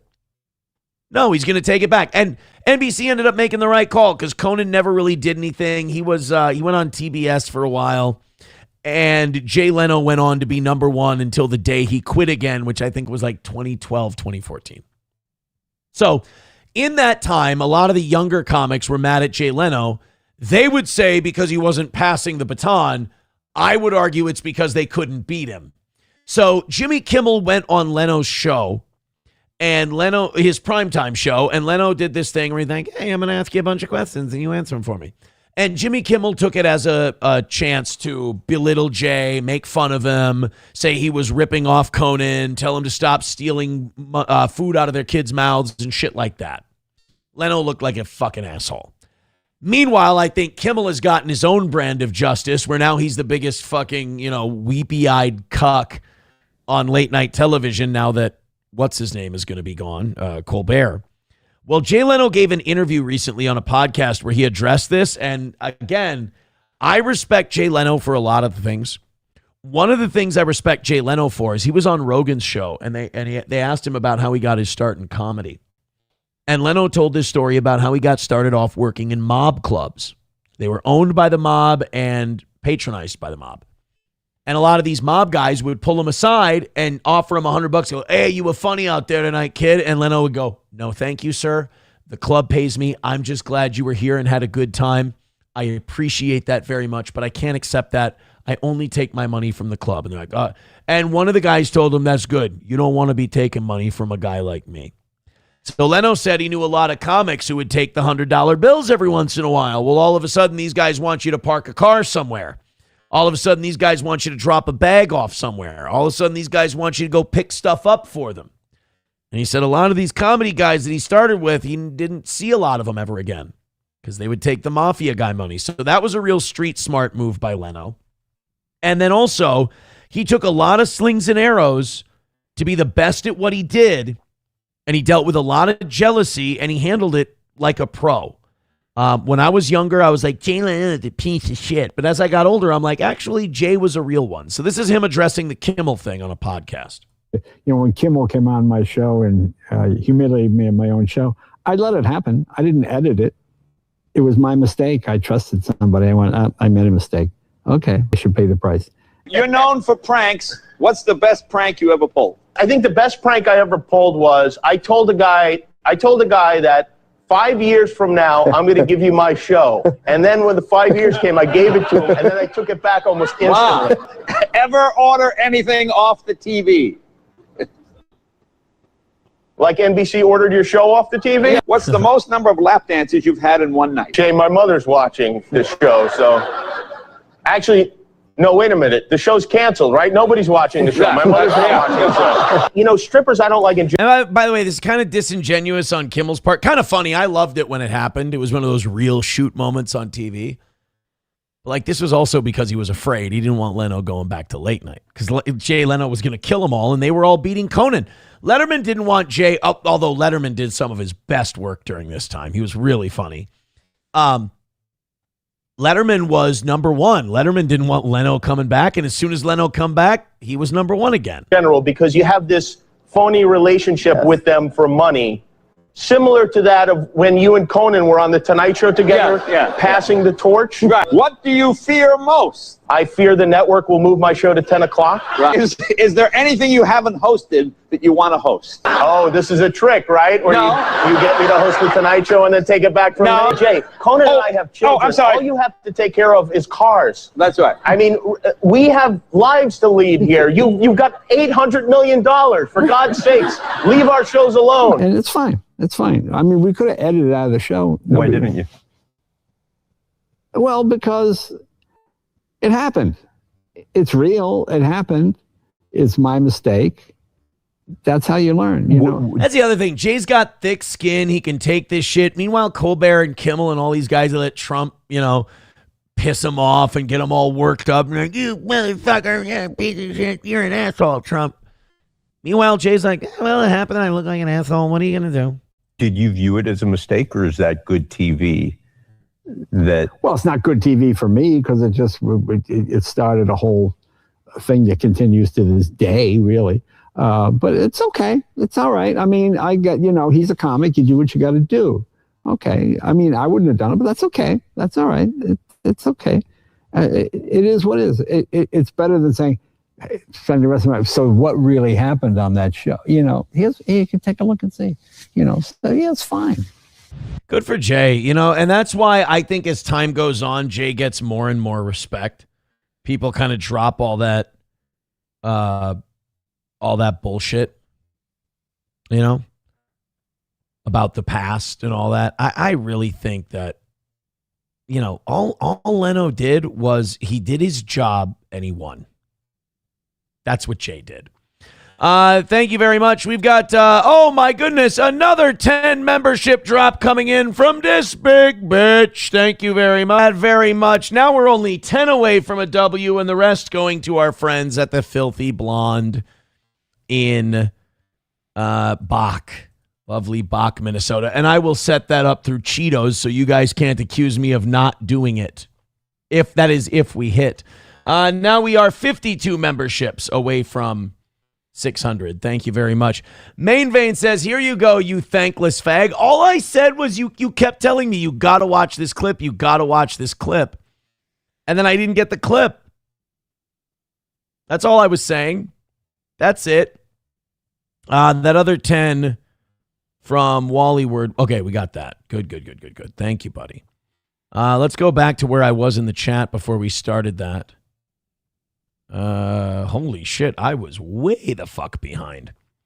Jay Leno was worlds better than David Letterman, says End of Silence. I don't know, man. I was a Letterman guy. Mikey Two Milk says, let him know because he's on a dry spell and his poops don't just fall out anymore. Fucking dick.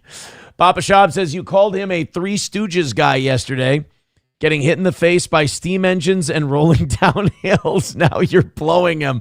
Well, no, we were just saying that. Oh, no, you're right. I did call him Three Stooges. Yeah, I burned my face off on a steam engine. Wait a minute. Did I make fun of him for burning his face on the steam engine? I think we just made fun of him for the rolling down hills part. And that was while we were calling him an absolute saint for taking care of Mavis while she has dementia. So we tease hard on this program. 09 Canyon says, I liked Craig Ferguson a lot.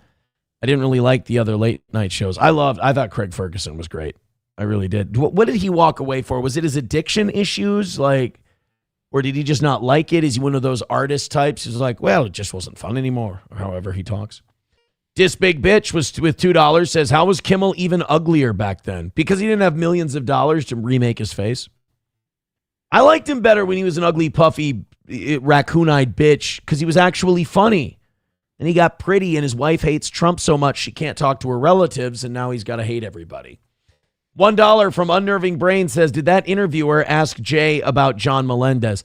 He gets a lot of shit for the Stuttering John thing, but what I think the Stuttering John hire was, Howard fucked with him. Howard talked shit about him. Howard was clearly a Letterman guy. Howard ran his mouth a lot. And Jay went, I work at NBC. I'm the king of late night, motherfucker. I can do whatever the hell I want. So he threw a bunch of money at John Melendez. I think it was to spite Howard. I think he knew John was going to be a shitty announcer. I think he knew that John was going to be shitty in the writer's room. I think he just wrote John a check for, what was his contract? Couple $1 million total? Just to fuck Howard over. And, it did get him worked up, in fairness. Conan is great as a podcaster. Does he still do a podcast? I mean, he doesn't need money. That's for sure. That's kind of a nice place to be, where you don't need to do shit for money. My Lost Interest says Leno has only one giant chin. Aaron has two chubby chins. Aaron wins. I beat Leno.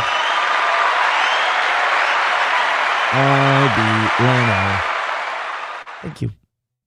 Taipan says my dad worked for Torrio back in the 70s and 80s. He was a knockaround guy for the mob. He never a made guy or anything. Just a good earner. He was a good earner for the business. Baba Shab says, I thought it was the dirty blonde, you retarded mongrel. What did I say? I fucked it up, didn't I? I'm sorry. Yeah, it was it's the dirty blonde. Fuck. Terrible at my job. You guys are going to figure it out at some point. Thank you to this big bitch for $5. Appreciate that. This chat is always so gay and broke. Lamau, sad divorced dad core. Oh, she's calling you guys sad divorced dads. Main Vein, Wally Word, and this big bitch cannot contribute the last $5 for the win. It will not be allowed. The last $5 has to come from somebody else because now she's talking a whole bunch of shit. A whole bunch I of just say shit. that- All right, so this is the Sky Bowl deal. Do we have so he wants me to go to the part where it's the wife, video of the wife and the Sky Bowl. Oh no, here we go. So this is the wife and the neighbor bowl. Okay. And he's saying that this is what's going to make me think that old Jer Bear is his wife is getting fucked by this guy. Okay.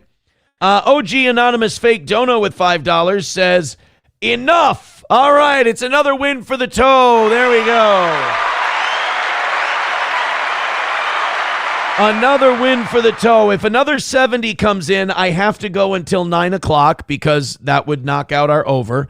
And I have to contribute that 70. Whatever we go over tonight, I'll contribute to the Dirty Blonde, either through Cheetos or directly to Toby. Your name's Toby. All right, let's find out about this Sky Bowl thing, or the Jew Bowl, because this is part of the Jeremy lore that I kind of stayed away from. Let's take a look. Scott, you are whiter than I expected. So here we have the Sky Bowl flirting. Oh, this is the Sky. Okay. So there's the Jew Bowl, who's the next door neighbor, and then there's the Sky Bowl. Let's see the Sky Bowl and Jeremy's wife, and let's see if we think that they are having sexual intercourse with one another. Let's say you want to do a little bobbing. You want to do a little bobbing? You want to just do it. Let's say. What, you see how she's like leaning in? It's like, All right, hold on. Let's bring this down to one speed. His wife is cute. There's nothing wrong with his wife. His wife's fine. No, like this is like flirting. This is keys to the VIP level. Like, you know, Kino Look at her. Look at the way she's looking over at him. Like she's so juiced for him. All right, come on, boys. Girls can be flirty. He could be a friend of the family. That doesn't necessarily mean she's sucking his cock. God. I love Kino Casino, but they do this part better than anybody in podcasting. They can take a smile. You know, this is where they learned from Red Bar very well. I miss Red Bar. They learned from Mike David very well. Where she goes like this and like, you don't see that face? She wants to suck his cock. Oh, buddy. She's juiced for him, buddy. Oh, she's smitten, buddy. It's like she just looked at him and laughed and said, ha ha ha. She wants to gargle his balls, buddy. She's drunk and she's fired up. Yeah, I know. She's touching her hair like she's giving these indicators of interest. Right. We've seen now all of a sudden it's Ashton, the hookup guide, the pickup artist. She's all right. Continue on. We've seen literally a second of this. There, buddy. She's like hot under the collar. Look at that. She's grabbed her whole mane, rubbing her fucking fingers through her hair in the presence of the Sky Bowl. Can you just play the whole thing so we can see? This is how people must feel watching me. Oh, buddy. And by the way, look at this. Except they're also laughing. It gets bad towards the end where she's like, You're not trying to impress anybody. You're not trying. You want to do a little bobbing. He's like mimicking sex on a boat. Like, oh, look at this bobbing. It's like, a phallic image, yes. Let's say you're not trying to impress anybody. You're not trying to go crazy. You're just Look at how fired up she is. Buddy. Oh, Don't no. slip there, Brendan. Oh, no. She's soaking wet for the Sky Bowl. Come on. What if she's a friendly girl who thinks he's funny and she thinks his boat jokes are good? You're right. That boat thing was shit. She wants to fuck him. That's all it is. Yeah, you're right. She does want to fuck him because he's not funny and he looks like a goober. And he's like, oh, a boat, right? And it goes like this and look at it go. And she's like, ah! She's laughing like Eddie Murphy in The Nutty Professor at Dave Chappelle. I can't breathe. I can't breathe. Had to give myself the Heimlich. You're right. She wants to suck his dick. Oh, Brandon. Look, he's skinny. No. He's tall. Yeah, No wonder Quartering loved calling Biden Brandon so much. It was Oh, probably no. kicking in his Oh, humiliation come on. fetish each in time as he is thinking about his wife getting sky bowled by old Brando here. No. Relax today. Do what you want to do. Let me tell you, this right here, this is what's going to get done. Oh, gosh, she's putting her chin close to her shoulder. Now I'm doing the Ashton bit. She does. You're right. She wants to have this guy's babies. Thank God Jer's probably sterile, huh? Flexes, watch. Watch. She's leaning. Look at her. Out flexing. Look, it's right there in 4K. She's looking at old Brando, the sky. She's looking at the boat. Come on. Look, I'm buying your premise. Let's not oversell it, boys. It's a yes. Here and checking out his flex. He's pointing at the Spartan on the boat, and she's looking at the. This is when I knew it was over, buddy. Ladies and gentlemen, we got him in 4K. Oh, no. Jer, look at him. He knows what he's doing. He's flexing that arm, and she's checking him out. She's checking him out. And yo. Tell you, ladies and gentlemen. Look, she's like peering at his arm. Whoa! Gotta be Look at shitting me. This is sexual. This is sexual. She touched a little helicopter thingy. These guys are fucking shameless. It's like how porn started. Isn't it? I couldn't even hit throttle. By the way, your underarms aren't shaved. They're hairy. Look, she's touching his arm with her hair. She's putting her head into his arm, the muscular bicep that Jer will never have. And they put this all out publicly on YouTube for the whole world to see. But apparently we can't talk about it. And I wonder why. Buddy. Oh, thank you, ladies. Let's go, Brandon. Ash, look, I'm not even joking. Look. She was pulling at her pants. She's getting all hot and bothered in the pants region. They're not wrong. They're just a little over the top with it. She purposely leaned to bump into him. Call Revelio. Oh. Call Revelio, buddy. She's flinch. leaning. Listen, he was straight as a fucking arrow. Fucking posture, bro. That's fucking the bull right there. Taking it by the horns in front of him. Oh, was Jeremy filming? Oh, no, Jer. Oh, Jer, that's no good. All right. You know what? Fine, you guys. Fine. I'll bite. I'll bite. It's probably the case. $5 from Main Vein says, Crunchy, you know you love us. Stop pretending. People writing in the chat, she's a whore. Unnerving Brain with $1 says she definitely swallowed his load. Car crash sound effect. 191 Redbird with $1 says, so just like April, the point stands. We got $10 from this big bitch. Thank you. How are y'all? Oh, bless you, brother, man. Can I love on you? Can I love on you, baby? Can I love on you? Can I love on you just a little bit? 60 away from overtime. Thank you very much. This big bitch with $10 says, I do love you, fags. I think I might take one for the team and take Ashton's virginity. I'm sick of seeing the uncertainty and fear in his eyes when he says wet. Wow, an offer for PPP's virginity from this big bitch. Damn. She's wet for the old casino. Main Vein with $1 says, Aaron imagined if SP started acting like this around a dude, you wouldn't like it. No, you're right. That would make me go, hey, what the fuck are we doing? That's a good point. That's fair. Now that you put it that way, that would be inappropriate. Yeah, at the very least, she's being inappropriate with the dude. So, yeah, at the worst case scenario, she digs him and she wants to fuck him. You guys want to see what, where'd it go? Oh, I lost it now. Where's our guy? Los Federales says, check your ex, you have mail. So if you haven't been joining us tonight,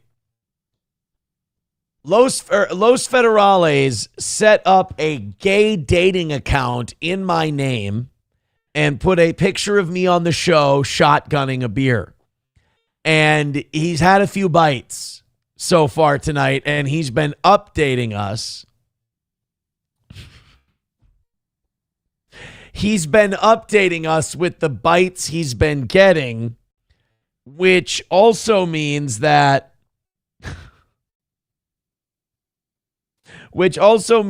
he's been chatting back to them, but somehow that makes me gay. I don't know. $60 short for this morning, and that means we have made $10 for Toby at the Dirty Blonde in Bach, Minnesota. All right, let's look. Let's take a look. Los Federales. Well, the good news is he only has one chat.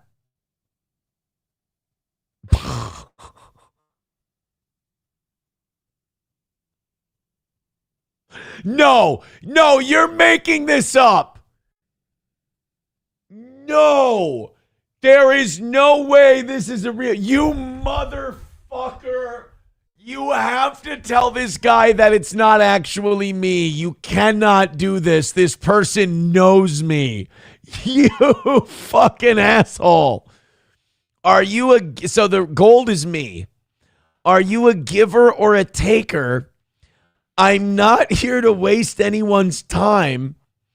Didn't you go to Brown in 07? I didn't know you were part of our team. Are we writing a novel or are we gonna fuck?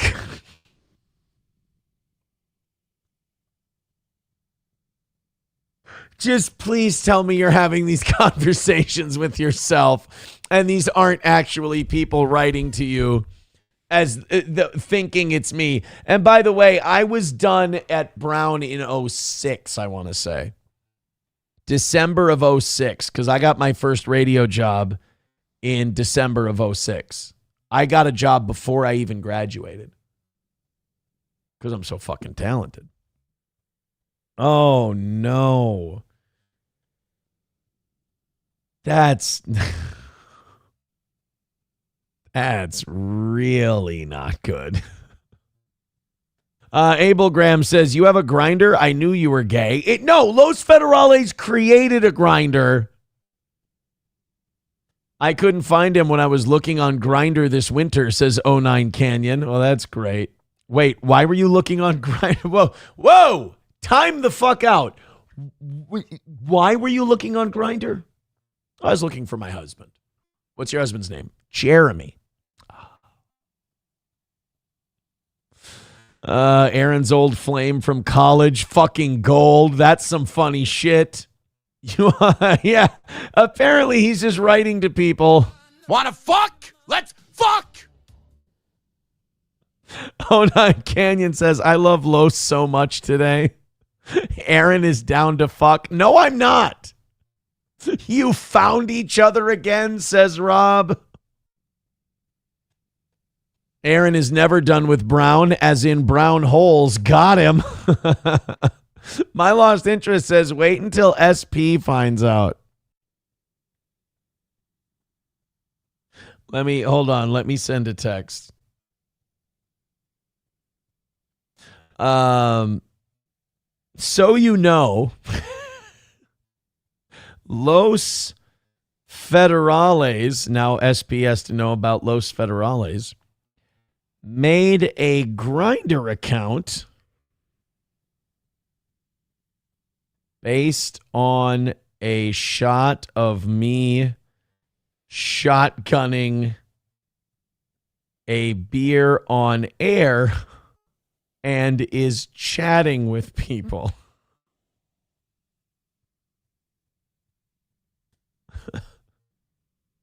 We'll see how she responds to that. Aaron was looking for his crush from high school. I'm not part of this at all. This is Los Federales doing this, not me. It's a great bit for the show. I have nothing to do with it. I'm telling you.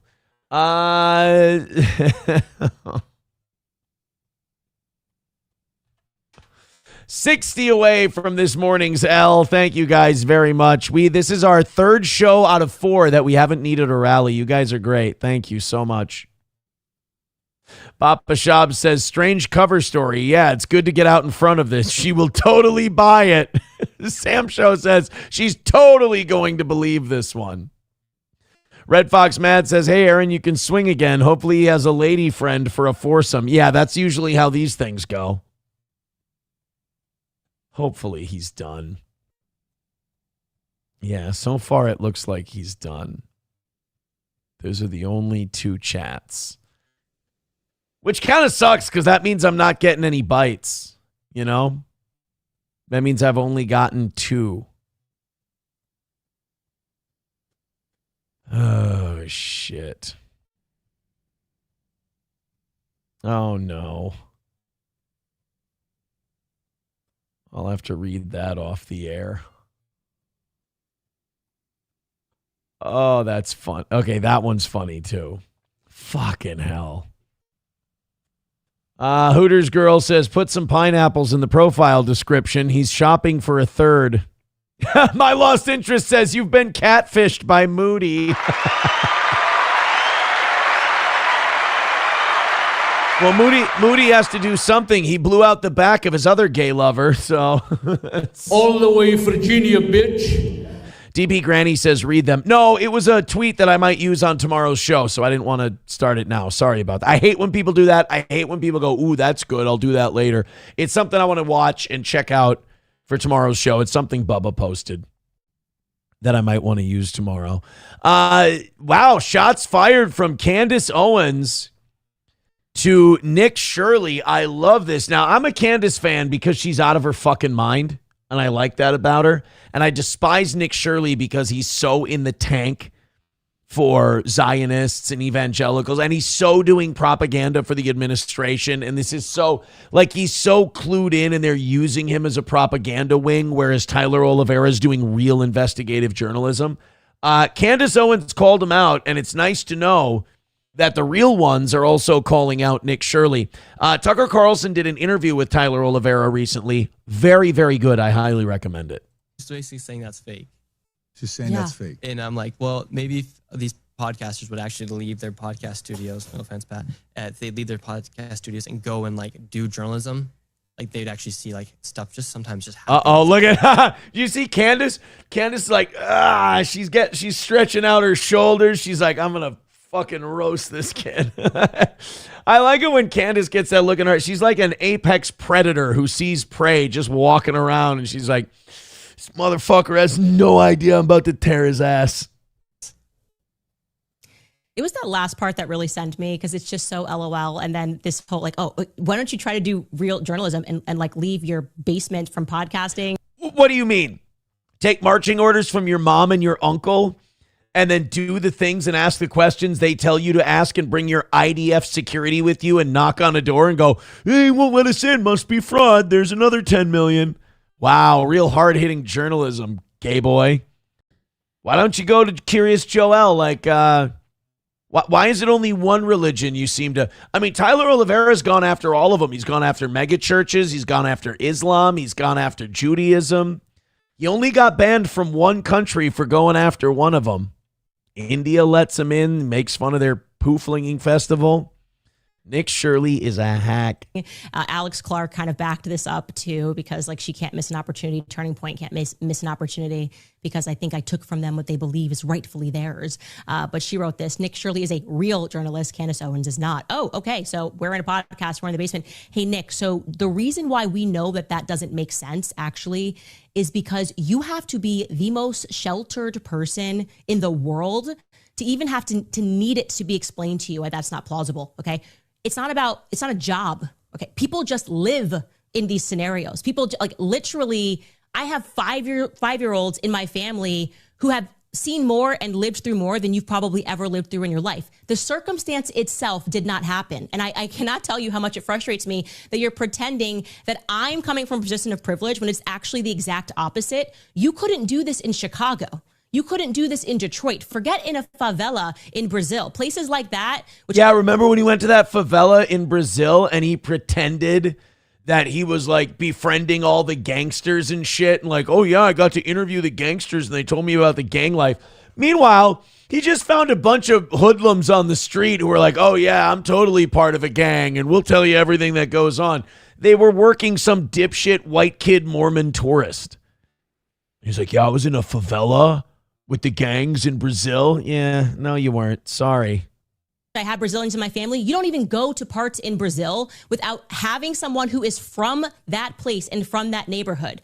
So no, it's not about podcasting in my basement. I actually lived a lot of life, Nick Shirley, before I got to podcasting in my basement, before I was married, before I had children. In fact, I moved down to South America for Nick Shirley hasn't even admitted he's gay yet, so he's got a long way to go.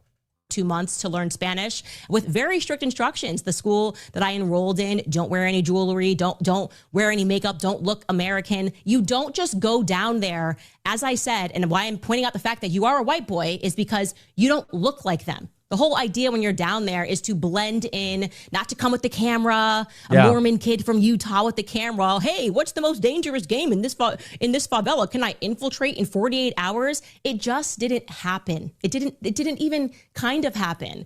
And like I said, that could only work. You'd have to sell this to billionaires, right? Yeah, there you go. And that's who Nick Shirley works for.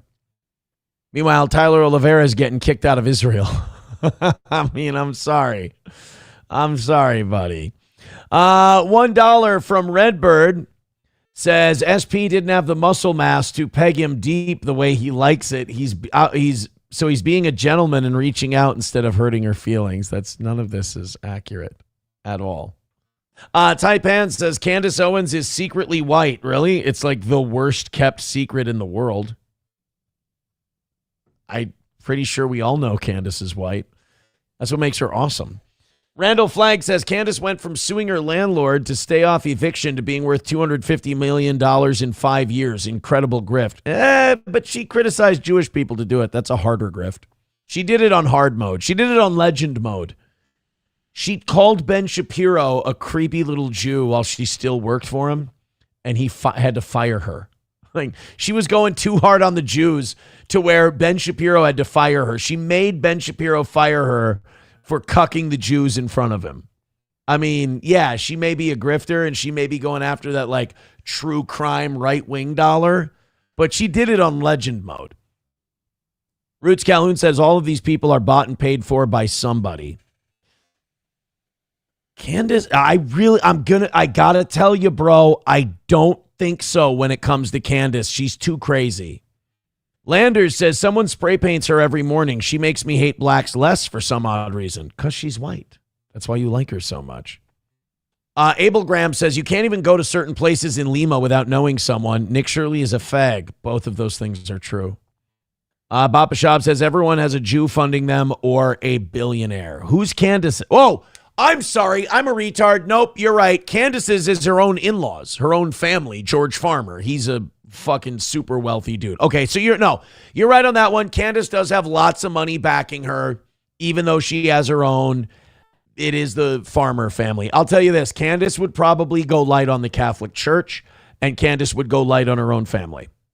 I will give you that 100%. And I have those same biases as well. Not the Farmer family. I don't give a fuck. But like, I do defend the Catholic Church a lot because I like it.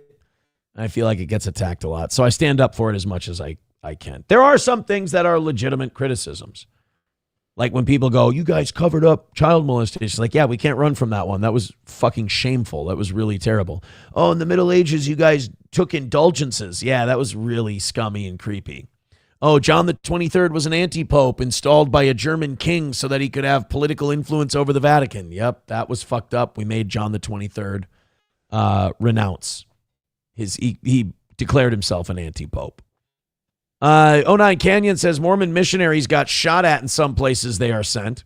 And all they are doing is offering the Bible sequel. Oh, yeah, the Mormon church is like, hey, we wrote a sequel. Really? Bet it's shit. What did your guy do? He went off into the woods and he stared into a hat that had stones in it, and they gave him the new Gospels. Oh, really? None of you questioned this at all? No, he sounded really sincere about it. So he had a reputation in town of being a really honest guy. No, he was a very well-known con man, but angels came and talked to him, so they probably straightened him out. You guys are killing it. Don't change, Utah. You guys are good.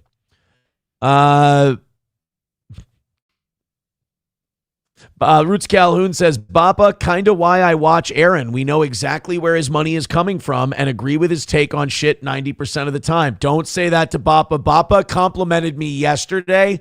It's the last time he's ever going to compliment. I get like one compliment a year from Bappa. Don't make him agree with that. Annoyed Wawa Supervisor says, Ben hasn't had such a difficult decision to make since the Abby leaks came out. I mean, if he just would have admitted his sister's tits are amazing, he would have had a much easier go of it. And now, because you disagree with my take on Israel, I'm going to show you my sister's tits. Rob says, I mean, fuck, if I married royalty, I'd be on God mode. That's for sure. Yeah, the farmer family is her meal ticket. That's true. Onan Canyon says, worked with a woman from Peru. She showed me pictures. You're going to fucking jail. Beautiful and also not so beautiful. She said men would come by the house to sell stuff like a bunch of emeralds once. That's Peru. In Brazil, they just rape. Look it up. They love to rape. Well, I shouldn't say they love to do it. They just do it a lot. They could see it as a task.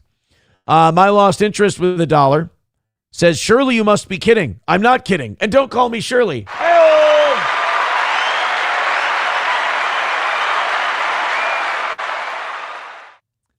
191 Redbird with $1 says, Aaron will suck the most blatant grifter's dick as long as they talk shit about Israel.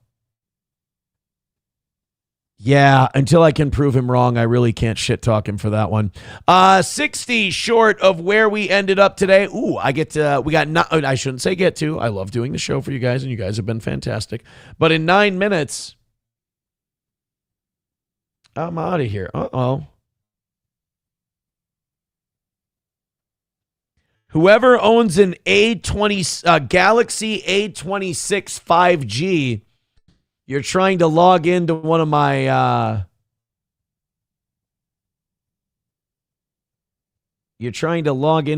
emails. What the fuck is this all about? Hold on. Somebody is trying to play some games with me. Save. Check your phone.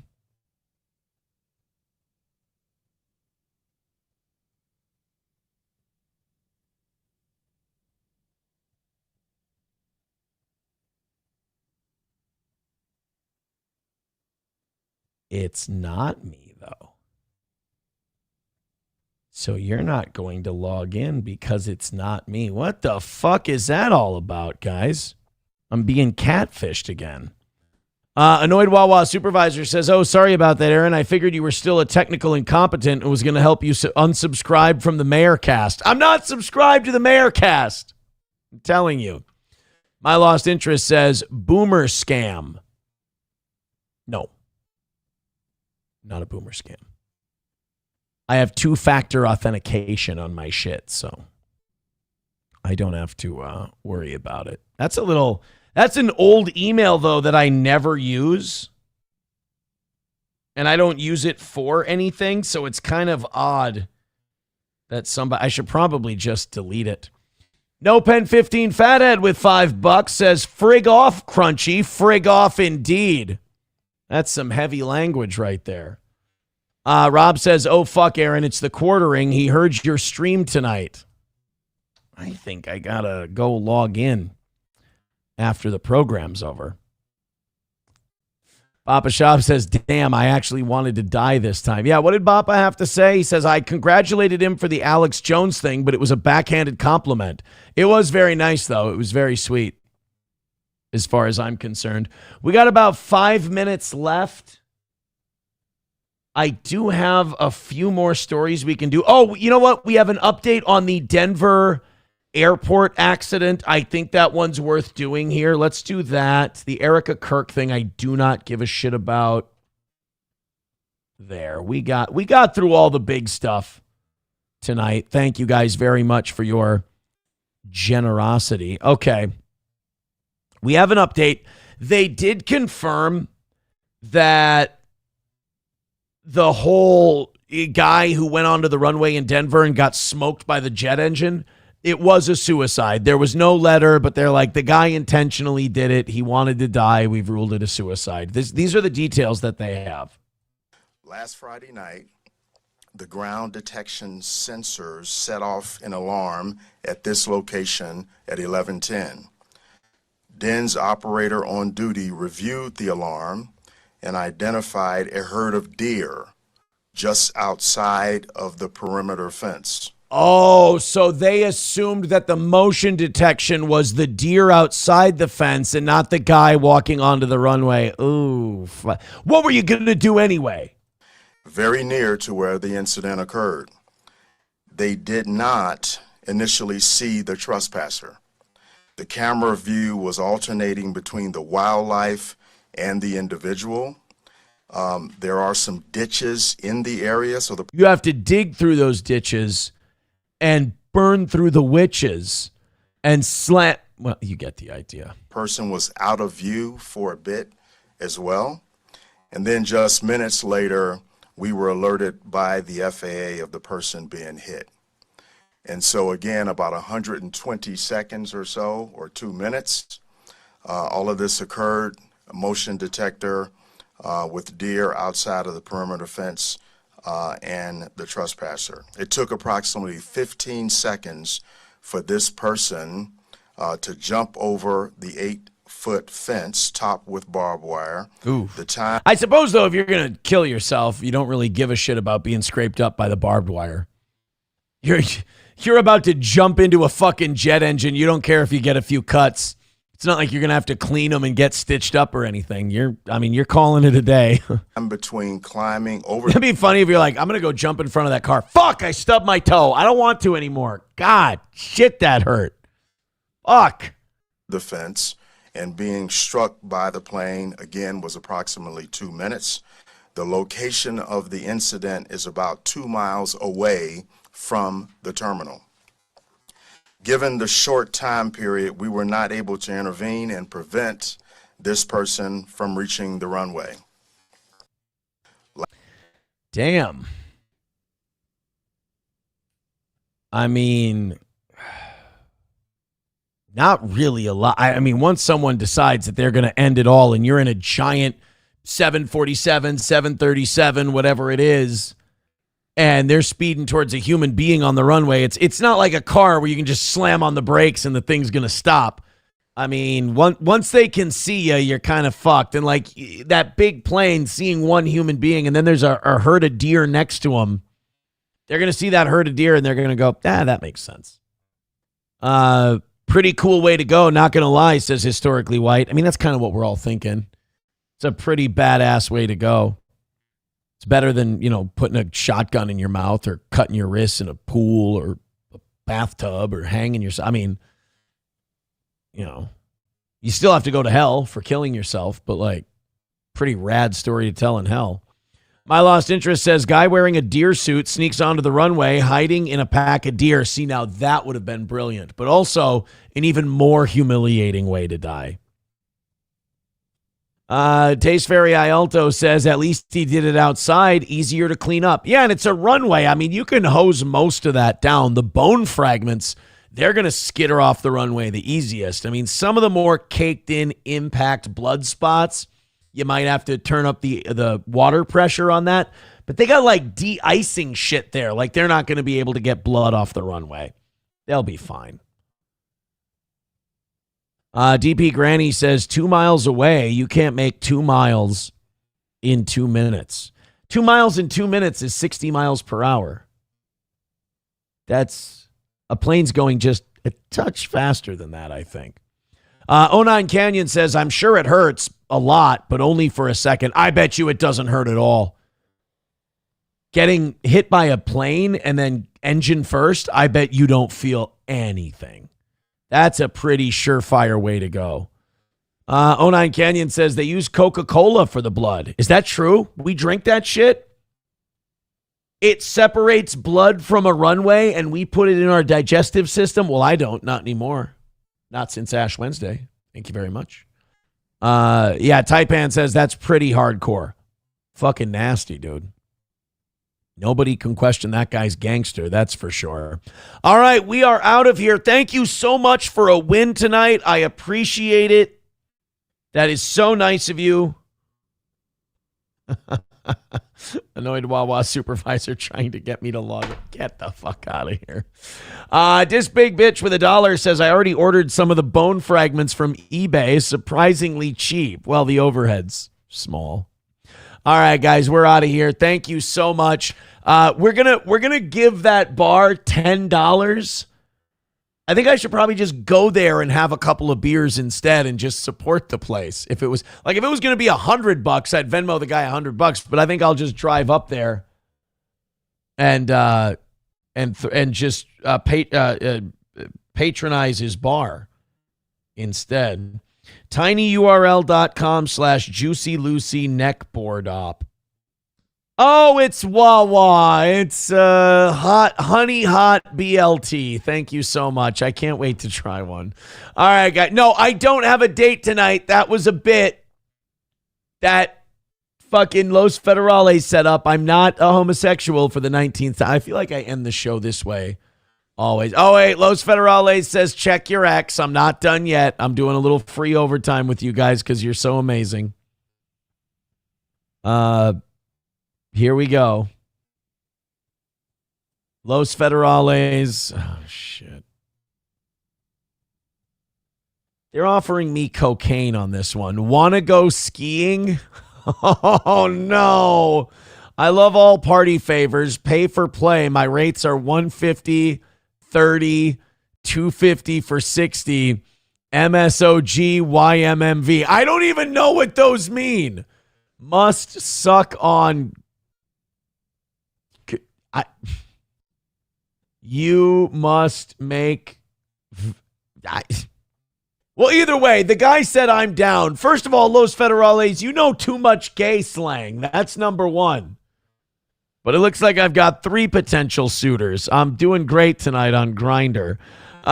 Take it easy, guys. Thank you very much. Amazing evening show. It went by quickly. I'm going to go check on my Timberwolves, and we'll be back tomorrow morning for our last Johnny morning show of the week.